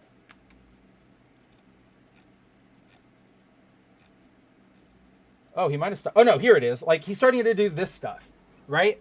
Like, down here, he watermarks it with, like, a NPC dialogue window and starts adding his commentary. And you only really do this if you... So, obviously, there are a lot of people on the internet who collect information and spread it around. I am of the belief that if you collect public information like this, like just screenshots of people's discourse, the only reason to watermark them is because you need attention. To me, I've done this multiple times. If I see an argument going on or I need to collect tweet evidences, I don't slap a Bounding Into Comics watermark on it. I don't slap my avatar on it. I just go, this is public info that you all need to know, and I'm giving this to you so that you can use it, so that you know it. I don't need the credit coming back to me. So in my opinion, Kern he's sort of lost the plot at this point. In my opinion, he's letting the attention and the support he's getting from all of this go to his head, because we don't need to be going, like, look at this one right here. He's going back to 2020. He's going back to 2021 on this woman's account to look for tweets that can be taken inflammatorily, right? And again, I know a lot of people in our sphere might not care and they might abandon their principles depending on whose side they're on. But if we oppose going back and excoriating people for old social media posts, how is it okay for us to, if we get pissed off when a kid gets, kicked off of a football team for having used the N-word in a tweet from 2014, how can we actively support haranguing people for sort of the same thing on the other side? So that to me is, he's lost the plot of, we need to work to improve the video game industry, to I am a figure now, follow me in this fight, right? And so all that, and then there's also the factor that, yes, again, I will acknowledge the impact he's had on the industry, but he has not really proven himself to be the all-encompassing sort of dev savior he's been positioned as, whether through his own rhetoric or that of his fans. He has, there was a game called Firefall that he was a member of out of when he left Blizzard, that he got voted out by the game's board of like directors. He got voted out of its development because they just couldn't, like, he was not helping them. And now he has a current game called Ember, which is supposed to be, on its face, it sounds really cool, really fun. It's like Planetscape with mecha, with like Japanese mecha, and you can fly across planets and engage in battles and yada yada. That game has been he's had it open for crowdfunding for like 10 years. Nothing's come of it. Like, absolutely nothing. And admittedly, yes, Grumms is not asking anybody to contribute money to his game right now, so that's not an accusation I'm making. I'm not saying he's grifting for money for Ember, but what I am saying is that I genuinely believe that he has now gone from, I want to like actively help this movement, to I'm making it all about me for whatever reason. I'm not implying any, I don't know why he's doing it. I'm not saying he has a hidden agenda or he's grifting or anything. It's just, when I start seeing people watermark their own stuff, especially publicly available stuff like this, like, that to me gives me a bad sense that we are starting to form a defense, like a cult defense around a cult of personality around somebody. So I guess my final stamp on this topic is that while Kern, I recognize and acknowledge and thank you for your contributions to the industry and your early contributions in highlighting some of the ways in which the narrative consulting industry has wormed their way into the video game industry as a whole. I'm not saying nobody should listen to you. Like, I think maybe scale it back a bit and refocus the mission on, rejecting these narrative, the narrative stuff in games, instead of just attacking anybody who might believe something on the left, right? Because again, I don't care, if this person holds this belief, obviously, I'm never going to agree with 100% with anybody on the planet. Even my best friends, I disagree with them. Andrew and I, we're really close. We disagree all the time. Zero and I fight like on an hourly basis about things we're talking about, right? Josh and Jacob, Cider and I, we always disagree. So as long as this stuff doesn't leak into your damn product, then I'm okay with, then cool. Let's move ahead. And I know some people will say, oh, I don't want to give any money to anybody who supports any of that stuff. Fine. I get that. But then at that point, you need to admit that this has become politically motivated or socio-politically motivated rather than quality of game experience motivated, which is fine if that's what you want to argue from, but you need to be honest about it instead of trying to hide behind, a shield, because hiding behind shields and being disingenuous with your tactics is only going to hurt the overall movement. So that's really just what I had to say about that, which is just, again, follow who you want to follow, but just be vigilant and be very cautious to not fall into full cult of personality, person can do nothing wrong, right? And so that's really that's all I really have to say about this. No real ill will, just a caution to anybody. Beware of any figures like this in any movement. This isn't just Kern in general. We've seen it time and time again. And I'm not saying that's how Kern's going to end up, but just always be vigilant of someone who starts positioning themselves as the figurehead of a movement, because it can very easily go awry very, very, very, very fast. Let's see. Yeah, exactly, Eccentric. You want to know what grinds my gears? Hey, there's Reeve. We were just talking about you, or I at least referenced you a second ago. We were talking about, I don't even remember what it was. It was good. It was a good reference. I'm glad you're here. But yeah, hey, Grieve. And I think Zero just explained what I was trying to explain more succinctly, which is, personally, I think Grumms should not be seen as a leader. People need to stop looking for a leader for their movements. The centralization is part of why the first Gamergate failed. Okay, I'm going to get into a little bit of political theory here because it's relevant and it's a bit interesting, and I think it's something we should discuss. But basically, if you're throughout history, movements that are, or leaderless let me restart. leaderless movements in general throughout history generally tend not to accomplish anything, because once everybody is, if everybody's sort of thinking on their own as a collective group, once the individualism leaks in, I'm fighting for this, I'm fighting for that, I like this, I don't like that. That's when everything starts to splinter apart and everybody fractures. And once there's no unity, it allows the already unified opponent, like a government or whatnot, to just steamroll over you because they don't have to worry about assembling everybody. That's why you generally want a leader for your movements.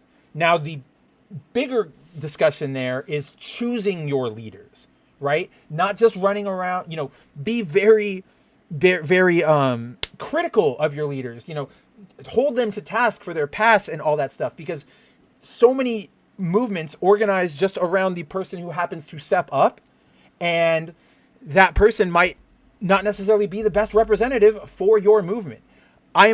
This is an example I've been holding in my head. I am not directly comparing Mark Kern to this man, because that would be a complete insult to Mark Kern, and I do not think he has reached this level of bullshit. But if you guys remember, the first Gamergate, as Zero brought up, one of its leaders was Milo Yiannopoulos. And at the very beginning, everybody went, "Oh, Milo, you're the freaking best. You tell them like it is. You shut them down. You don't stand for you don't take no guff." And then as time went on, the rails just went off. And he went from, "Oh, I care about video games," to now I'm being a political activist, to I am a Trump supporter, to I'm a Laura Loomer ally, to I'm a Marjorie Taylor Greene ally because I'm now not actually gay. That was all just like... That is not somebody you wanted representing the movement, but that's who sort of weaseled his way to the top.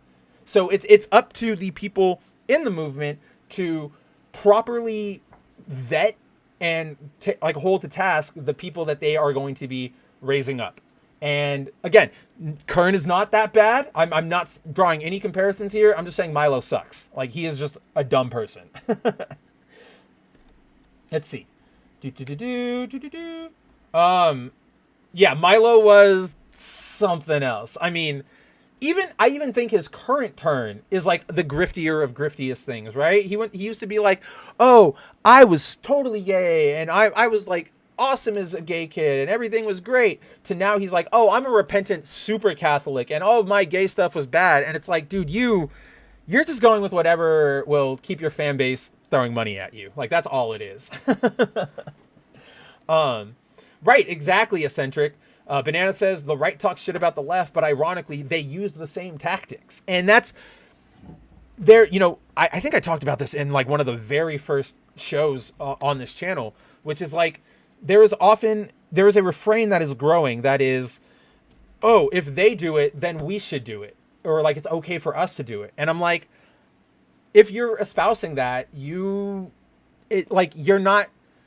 In doing so, you give up the high ground and you make it harder for people to want to support you. Don't, in a very, very, very, very condensed sense, like, do not, like, if a hero kills, then we're no better than the villains, right? Like, it's literally that principle that I operate on, where if I want us to be seen as better in our movements, in our calls against censorship and whatever, we need to be tactful about it. We need to be smart about how we're approaching this, because while you might win the individual ground battle between that person on Twitter, anybody else looking at it from an outside bubble goes, "These people are insane. Like, I don't know what's happening here." And again, not a right or left thing. It's a general people thing. Reeve, it better not be over. You do not have the high ground. There is no high ground here in this conversation. But yeah, there are right wingers who go off the deep end. It's a people thing, regardless of like ideology. It's a people thing that everybody, regardless of which side you lean, should just be aware of. Be very just vigilant with the people you raise to your positions of power. And then yes to Hillam, left and right have become clones of each other. It's true. Horseshoe theory every day is becoming more and more true. right? Like, I will point to the ongoing video game discourse, where you have people on, like, the neoliberal communists going, oh, you can't, like, sexualize women. That's bad. That causes them actual violence and harm. And then you go on the other side of the spectrum, and the right-wingers are going, oh, you can't have sexualized women. That destroys the fabric of society, and it makes us think lustful thoughts. And it's just like, why don't you guys go get a hotel room somewhere and leave us alone to play our big titty anime games? Please, just let's leave it at that. So, with that little bit of, I don't even want to say that was controversial, just that sort of caution to everybody. So I did not get a chance to mention this at the very top of the show, but this will probably be a slightly shorter stream this week, probably closer to 2 hours rather than 3, just because I have some things to do. To that end, I will repeat this at the end of the show, or you know what? I'll just save it for the end of the show. It's just scheduling stuff. We can talk about it later. Not that big of a deal. But with our time getting closer to coming to an end, I figured we might as well hit the one real story we have to talk about, which is, let's see. Yeah, so the main thing I want to talk about this week, and you could have probably told by the thumbnail of the show, from the title of the show, from my appearance on last night's episode of Tokyo Happy Hour, there is a bunch of new Gundam stuff coming out, anniversary projects specifically. Now, there's not a lot of detail right now, but in 2024, 2025, it will mark the 30th anniversary of Mobile Suit Gundam Wing, Mobile Fighter G Gundam, and After War Gundam X. At current, we really don't know. So in celebration of these anniversaries, Sunrise has announced a series of new projects, which they will be anniversary projects based, or like, for each of these series. Here's sort of the place where I get stuck with this story. So obviously it's the headline of tonight's show. You might have noticed I didn't cover it for Bounding Into Comics yet. The problem is, this is literally all we know. We have seen this visual art, and we know that they're doing something. We don't know if it's going to be art books, or an OVA, or a new video game. We literally just, there's concept art for a new character, but we, again, don't know in what capacity they're going to be used. We have a G Gundam 30th anniversary logo, but we really don't have much more out of that. So, I guess, you know, the reason I brought this up in particular, even though there's not a lot to talk about, is that I don't know about you guys. Whoops, I don't need to save the image. I need to open it in a new tab so we can just scroll it in. So, I don't know about you guys, but obviously I'm a Gundam fan. I've been a Gundam fan since I was a kid. I used to build Gunpla way more than I do now. Unfortunately, it's just a time thing about being an adult. But growing up, you might notice my lip ring just fell out.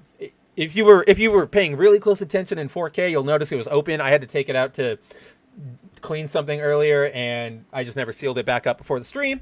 It's fine, no worries. But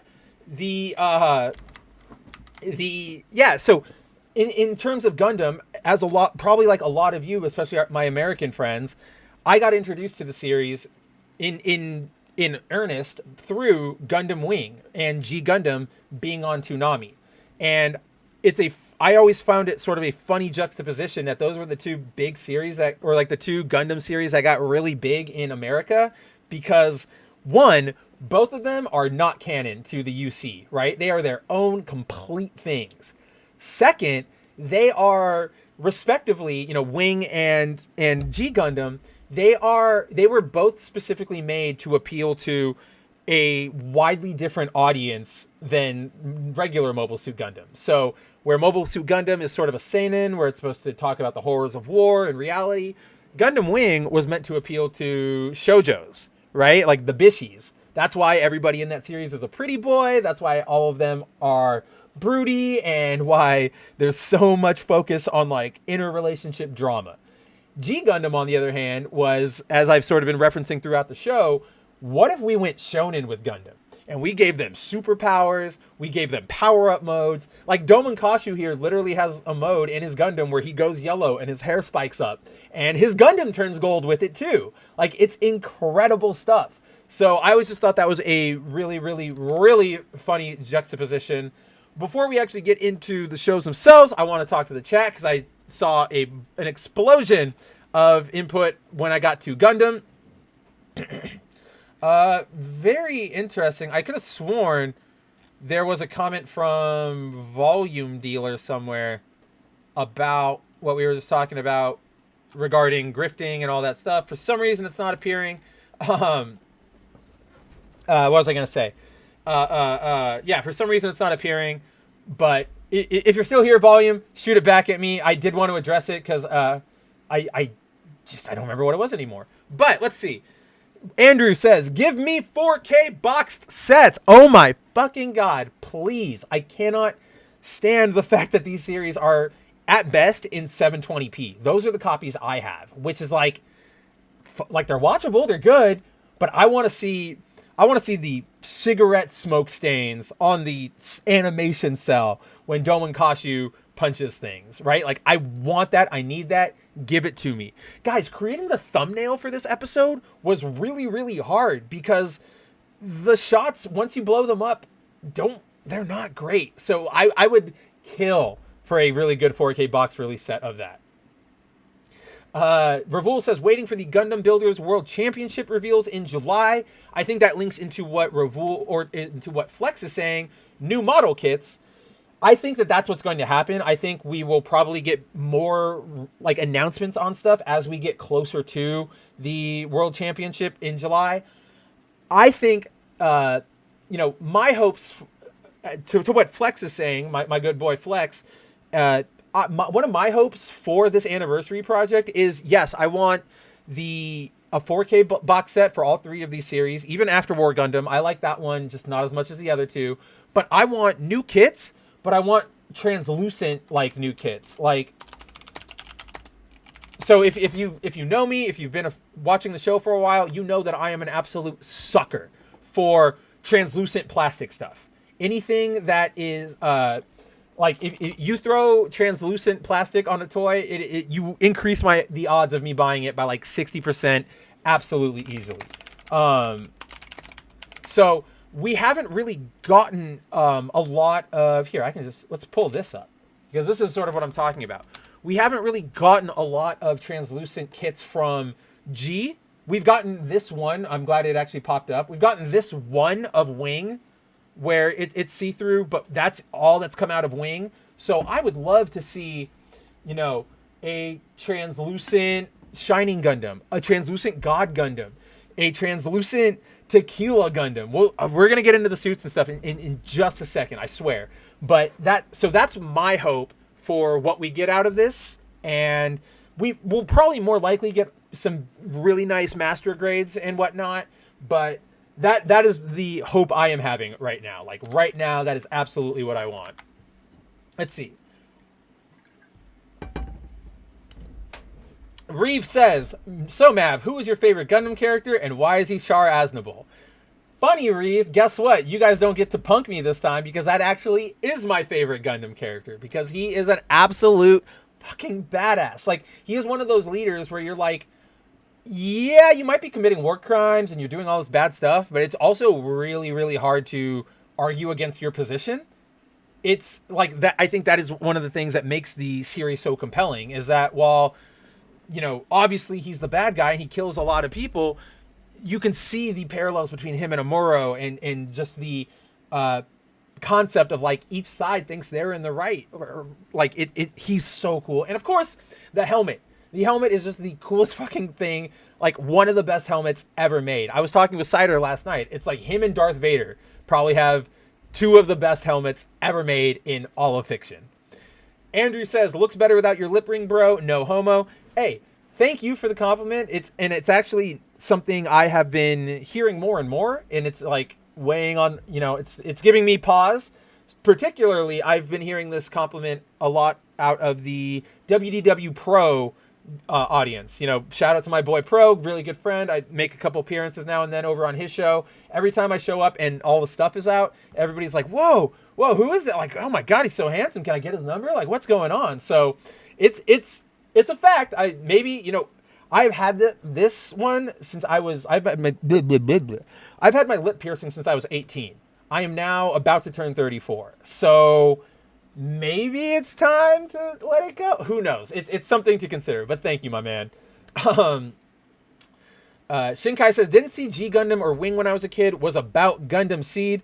Here's my problem with Seed. Seed goes way too like anime-y, if that makes any sense, right?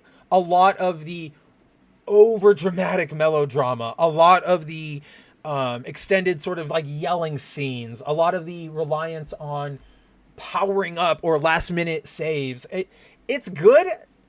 It's just very, very, very, very anime-y. I do like the suits a lot from that series. I forget. I think the Athearn is like that you just said, Shinkai. I love her suit, the pink one. So Seed's up there. It's probably not up there in my favorites, but it's a good series. Like, I won't deny that. Andrew says, I will buy my Wing Zero and God Gundam. Dude, if they made a translucent kit for... Like, here's the problem. And it's not really a problem. It's just like, this is how they're going to get me. If they're going to really, truly celebrate... And again, stick with me on this hypothetical. If they're really, truly going to celebrate, like, the 30th anniversary, and they decide, oh, we're going to make model kits, translucent ones, theoretically, they would have to go and they'd have to make all of the main cast in translucents. So that means, like, the 5 main wing pilots, and then the Shuffle Alliance, right? Is that what I always forget which team is called the Shuffle Alliance in G. But, so that's about, 5 or so mechs for each series that had to be made. I'm going to buy fucking all of them. If they make, like, full sets of, like, the main teams and they're translucent, your boy is going to fucking... I'll take out a mortgage for a house I do not even have, and we are going to... Like, I'm going to buy absolutely every single one of them. Like, it's kryptonite. That's why I was sort of like, I know what they're going to do to me. I know how they're going to fucking get me, because that, like, you want multiple sales, Bandai? There you go. You've got me. Just grabbing a visual aid for our next topic. Okay, well, I was right. It was the Shuffle. I can never remember if the Shuffle Alliance, and I've had this since I was a kid, is like Master Asia's team or Doman's team. Like, I always confuse them. Because remember, Master Asia at the very end gets his, like, team of 4 people, whatever, to stop Doman at the very end, blah, blah, blah, blah, blah, against the Double Gundam. Let's see.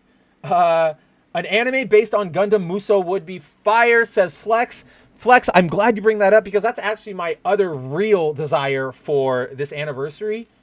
Bring back the Dynasty Warriors Gundam series. Oh my god. Guys, if you're a Gundam fan or a Muso fan or just like an action game fan, play the 3rd one. That's the most recent one. It was on PS3. I think it's like 2014. Holy, like, it is... You guys know me. I love Muso games. I would consider that probably my favorite genre after, like, third-person character action combo bing bing wahoo games like Devil May Cry or Metal Gear Rising. That's probably my second favorite Muso game of all time. Like, it is so good. There are so many suits you can do. The character interactions are incredible. The attention to detail is great. The customization is fun. You can even play it co-op couch.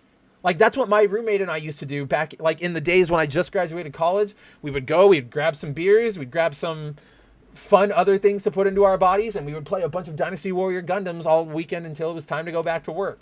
It's such a good game. Highly recommend it. I brought this up again last night on the Tokyo Happy Hour stream, but one of my favorite details about it is that it keeps all the suits, like, scale accurate. So you have...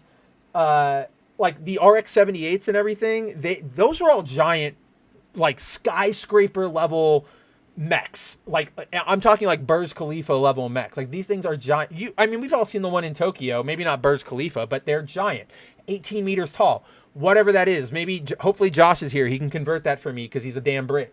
But the wing and the G suits are more like a 2-story house, or like a 3-story house at best. So they're tiny, and they're running around against all these Gundams that are like this giant, and it's so funny to see.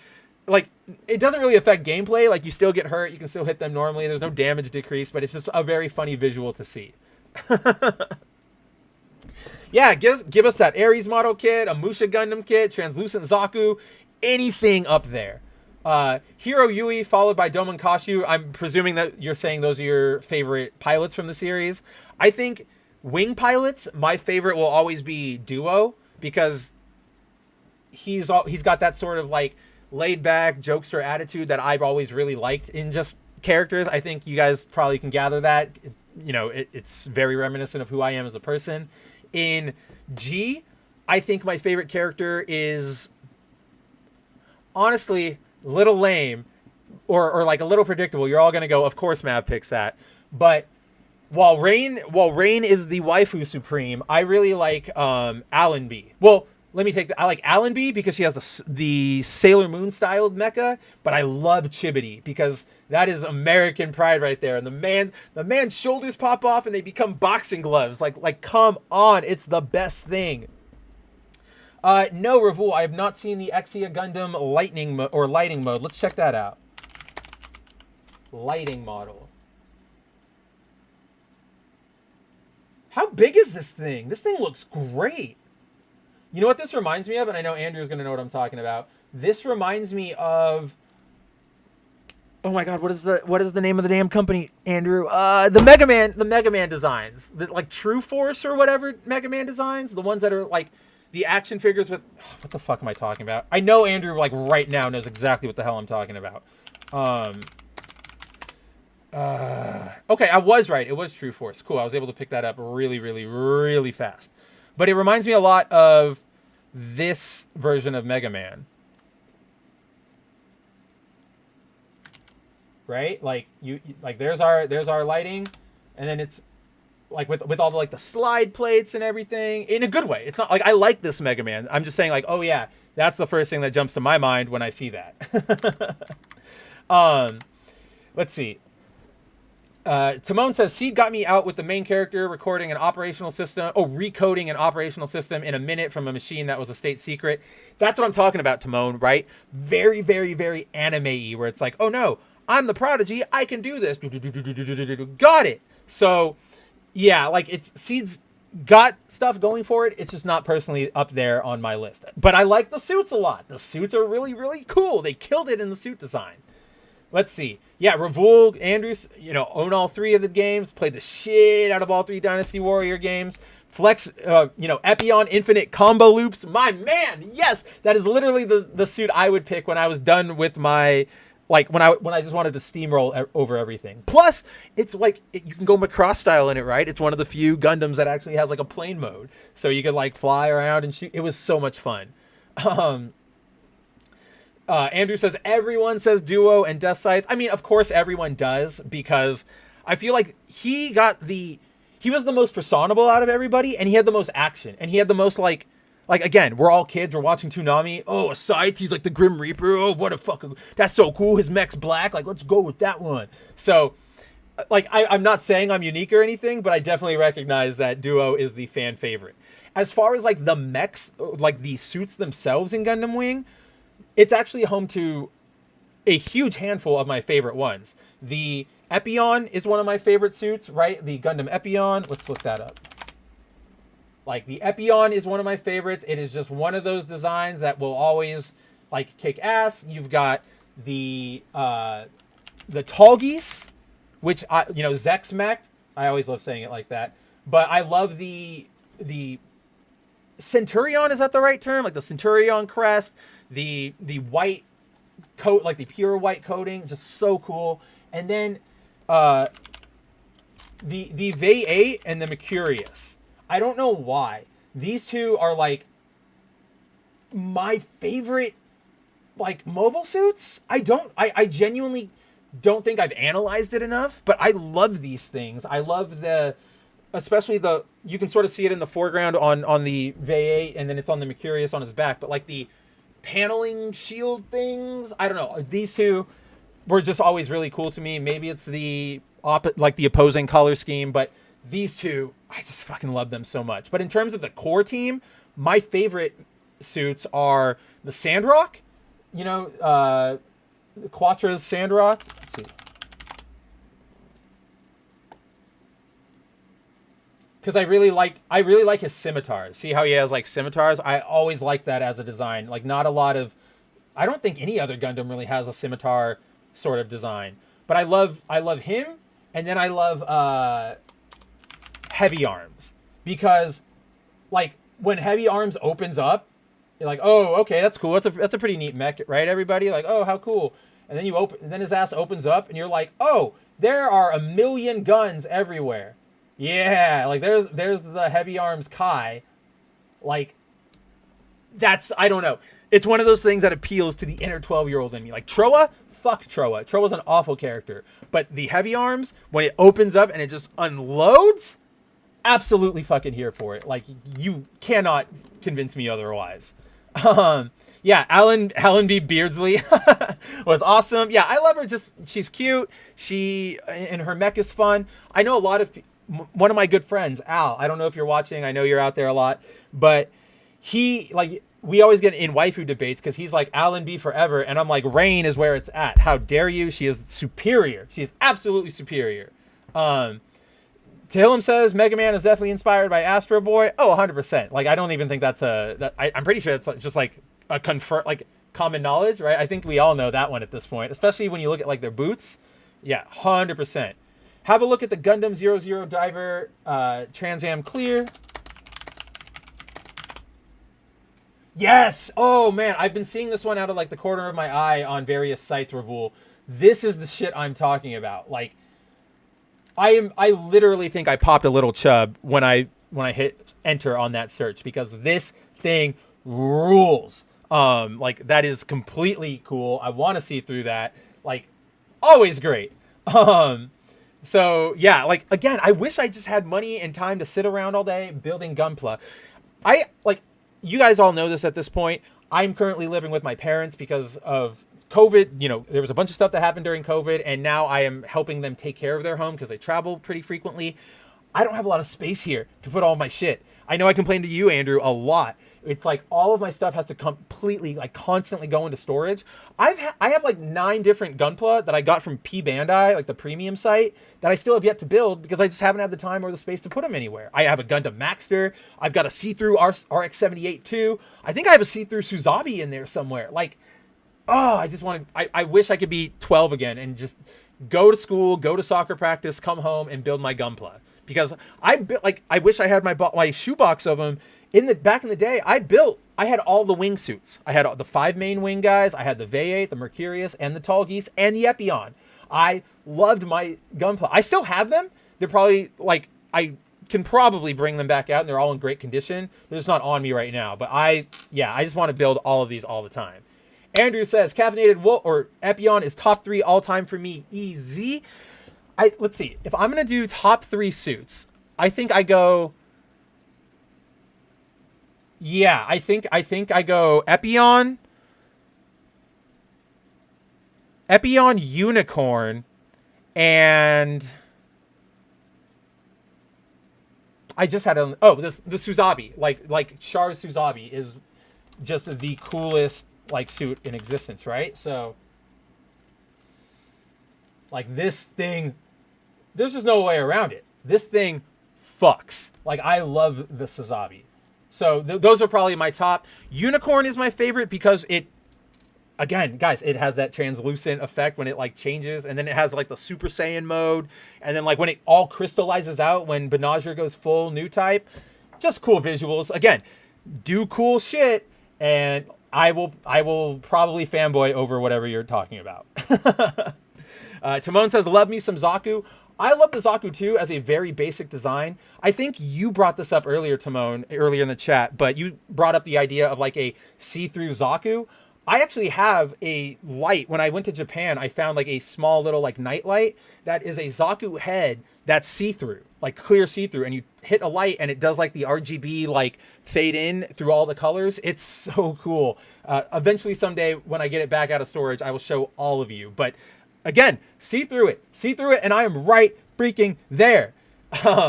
Yeah, exactly, Andrew. His guns have guns, bro. His guns have guns. I love, come on, it's just the funnest thing. Where, let's see, was it in this window? I forget which window we had it. Like, guns on guns on guns on guns on guns on gun. He has guns coming out of his legs, out of his hips, out of the little front flaps on his hips. Like, we're going way out of left field here, but I am absolutely here for it. Flex says, wow, Epion is a combo machine in every game it's in. Oh, from Battle Assault to Endless Duel to the Dynasty Warrior games. Epion is it messes people up. It is not for like a casual pick. That is when you want to like get your gold 3-star rating on each of the missions. Let's see. Andrew says, Unicorn has a great design, but I've yet to watch the series, so I can't allow myself to count it. They did like a 6 OVA thing where they compressed it all down. I would recommend watching that. It's one of those series that it is good, but you have to know like Gundam lore, like the Universal Century stuff, for any of it to start to like sort of hit, because it sort of puts a bow on the Universal Century. So just keep that in mind when you watch it. But aside from that, beautifully animated. It looks great. It's fun. Give it a watch. 100%. Let's see. Meteor Advocate Timon. Oh, you're Googling the Zaku head right? I mean, we can do that right now. Let me see. Translucent, Zaku, Nightlight.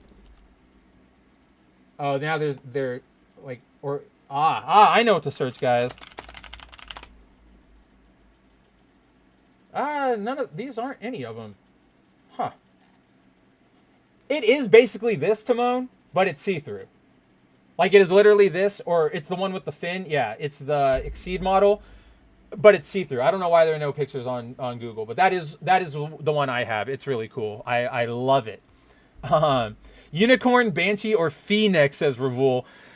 Okay, technically I like Banshee because it's that black and gold color scheme, but Unicorn, I have to pick Unicorn because it has the double form change. Like, it goes from green to purple, and I just love that shit forever. Dante says, I've only watched OG Gundam and Iron-Blooded Orphans. You've seen one Gundam series. You've seen them all. Hard disagree, and we will see that as we play tonight's last call for last minute news. When we get there, there's very, very Zaku. There's a very distinct reason why that does not work. Zaku head light translucent, says Timon. Yeah, this is it. There it is. That's the one I have. And or this one specifically with the fin on it. And yeah, it lights up. It's so cool. I love it so much. I found it in like a very niche little tucked away store when I was in Tokyo. Very, very cool little memory type of thing. You know what I mean? Heard good stuff about the Boy in the Heron, Dante. Have not gotten around to it yet. But yes, I'm right there with you, Andrew. That is so inaccurate. Like, beyond inaccurate, Dante. In fact, you know what? That's going to be your new assignment for the coming weeks. You need to go write a ranking list of every Gundam series. You have to watch every single episode, movie, OVA, read the mangas, read Crossbones, play the Super Robot Wars series, all of that. That's what you have to do now. So, unfortunately, like I said, guys, we probably have to wrap a little bit early tonight. But before we get out of here, the one thing I did want to talk about is, and it is in relation to all this Gundam stuff, sort of just like one of the things I loved most, or like I just want to sort of give that shout out to G Gundam, because, so, yeah, like I said before, G Gundam is a more shonen take on the Gundam series, you know, whereas, you know, normally it's war, guns, blam, blam, blam. This is fighting, hand-to-hand combat, special moves. And I think one of the best things about this entire series was its premise and how they leaned into it.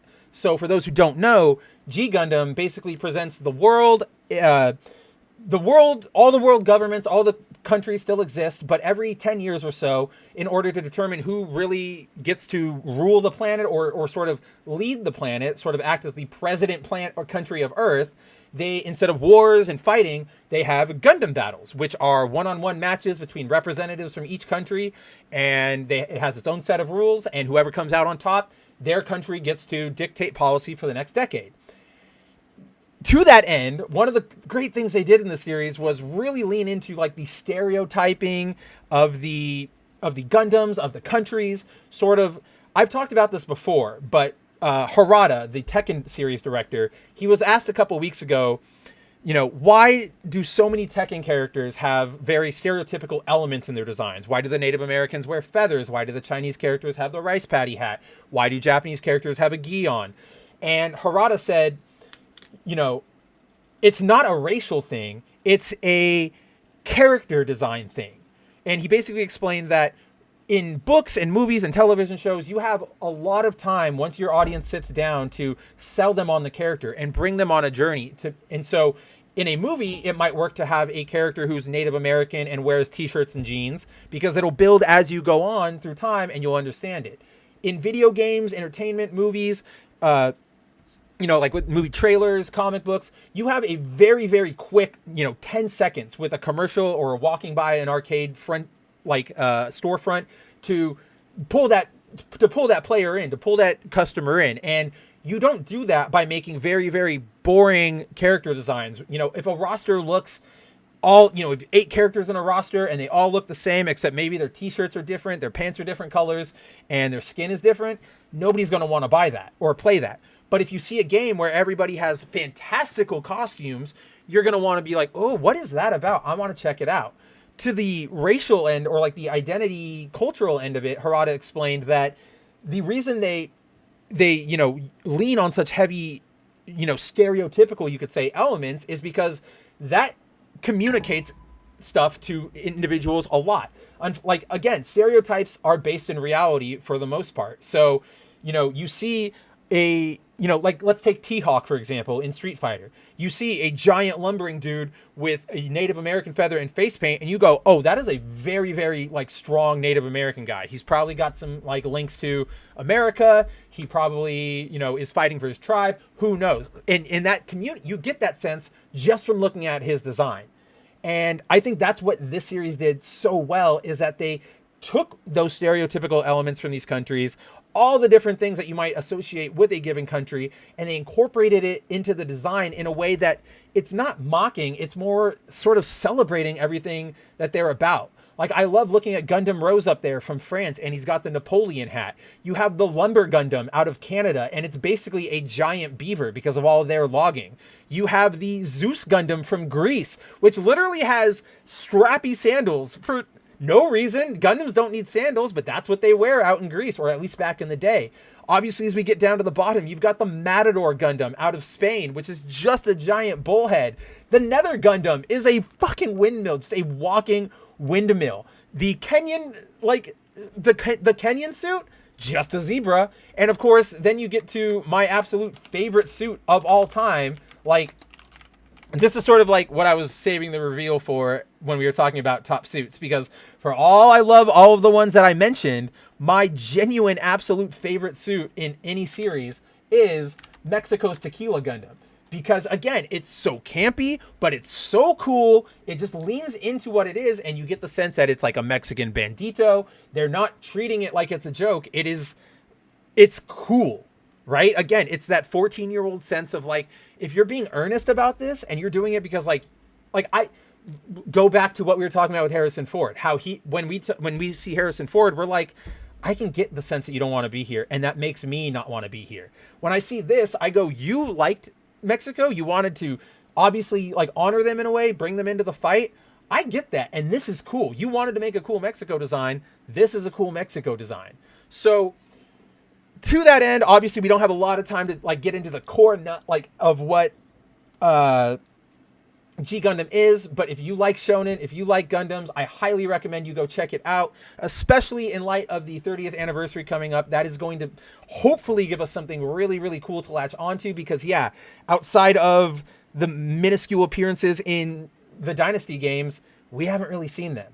So, Timon, there's no Brazil, but there's also no Philippines, there's no Chile. Some people just, we have to admit, they don't have the funds to build their own mobile suits. This is just what it is. Yes, it is basically a world tournament. That's what it is to Hillam. It is leaning into that shonen nature, and it has all the tropes, the boy and the love interest and the master who betrays them, and you looking for a mysterious man, and the tournament and the world's at stake, and there's a giant monster Gundam. It's great. And that's sort of what I love most about the series, is that it is unapologetic in what it wants to do. It knew what concept it had at play, and it leaned into it hard. And as a result, we have one of the most unique, fun, creative, like mecha anime we've probably ever gotten. The sandals are a deadly weapon. I don't know. Remember, that's a Greek suit, not like a Southeast Asian or South American suit. So that might not be a chancla. That might just be regular strappy sandals. Yeah, Andrew, so many fun designs in G. I just wish we got more kits of them, because we barely even get kits of like the God Gundam or the main team, the main Shuffle Alliance. I would do criminal things for a Tequila Gundam kit. I would do criminal things for the Netherlands suit. I would do criminal things for the Mermaid Gundam. Look at that stupid thing. It's just a fish. Like Denmark, what's going on with you guys? So, or no, that's not Denmark. That's Sweden. So like, I would love to have just a shelf full of all of these things, because they're just fantastic. Yeah, Domon didn't play ping pong though. Hey, that good tequila, man. You know, that's what I'm talking about, Andrew, my man. No sign. Affiche. Yes, exactly. The fiche. Talem says no sign of Dialysis of Destiny on Netflix yet. Good. I guess that prevents people on Netflix from having to watch it. I don't care. Like, no offense to him. Like, I know it's stupid, but I genuinely just do not care right now about indie anymore. It's over. It's done. It's out of mind, and it blew up in their faces. So they have to reap what they sow, essentially. But yeah, guys, with that little, diatribe into G Gundam and why I like it, I think, I almost pulled up the wrong window. I think that is a great place for me to call it tonight. I do have to get going. I have some plans to take care of, unfortunately. To that end, guys, I've had some scheduling changes in my life recently. Just nothing bad, just, more things I have to do. I may be considering pushing back the timing of the show by an hour, from 5 p.m. Pacific to 4 p.m. Pacific. I'm not sure yet. There's a lot of stuff I have to take care of between bounding scheduling and this stream and just a bunch of stuff. So just a heads up, we might be getting a schedule change. Not entirely sure yet, but that is what is on the menu right now. As for everything else, yes, you can always check me out daily on Bounding Into Comics, where we put up new news every day. Obviously, if you want more of me, check me out on Twitter at Kabuto Rider Mav. You can come back same Mav time, same Mav channel next week. Maybe same Mav time. We're going to see, for another episode of The Good, the Mav, the Ugly. Of course, we don't know what we talk about. The topics are always decided depending on whatever is happening in the week. So come along and see what we've got. Next week, I hope to see all of you there. Thank you to everyone who stopped by. Corey, Eccentric Banana, Ravul, Andrew, of course, Zero Dozer, Shinkai, Ravul, Flex. I know I'm probably missing a couple other people who've stopped by. I know Reeve was here for a little bit. So thank you guys all for stopping by. Without you guys, I couldn't do this show. And, it makes me happy to be able to hang out with you guys, kick off the weekend well, put the week behind us. And yeah, so with that, and then of course, if you want to see me live before next week's show, you can catch me on the Bounding Into Comics 01 stream Wednesday nights at 9 p.m. Eastern time. I'll be there with Jacob Josh Sider to break down the week's biggest general pop culture news. That's where you'll hear me break down more things like Marvel, DC, Monsterverse, all that fun stuff. Eccentric, you sent me a message like 2 months ago, silence, on Twitter. Oh, you know what? I don't check Twitter that often. Like, I'm very much not on it. I'm mostly, unless I'm like working on the Bounding account. So I will look into that. I will get back to you. My bad about that, Eccentric. Very, very, very much my sincerest apologies.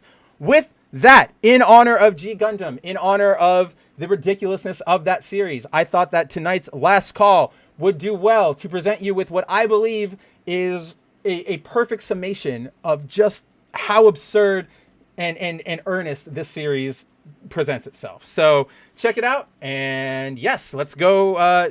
This clip of mine is burning with this clip of mine is burning with an awesome power. Let's check it out. さあ待っていろデビルガンダム今度こそお前の力で再びネオ香港のいや全宇宙の王となってやらそうはいかんぞオン。所詮貴様はファイターにあらず。俺を倒すことなどは無理。行くぞ風雲再起。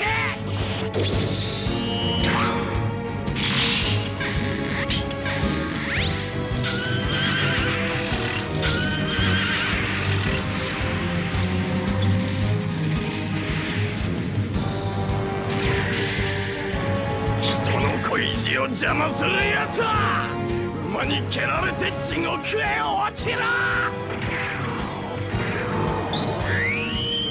アキレツゴッドフィンガ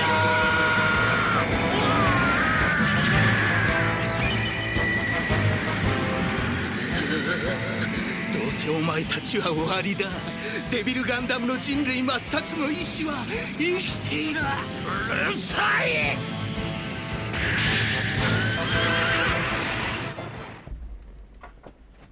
Right? Like that's what I'm talking about. That scene is amazing. He literally suited up a horse and a horse piloted a mecha. Incredible. Go watch G Gundam. Until next time, guys, I've been Mav. I'll see you next week. And yeah, take it easy and have a great weekend. See you later, everyone. As the creator of Mara Jade, do you... Wait! I am not the creator of Mara Jade, and I want you to get out of this office right now. I'm sorry, Zeb. No way. You brought No it on way. You brought it on yourself. I don't want you here. I'm so Out. sorry, George. I didn't think it would go like this. Out. Ted, I got your voucher. Out!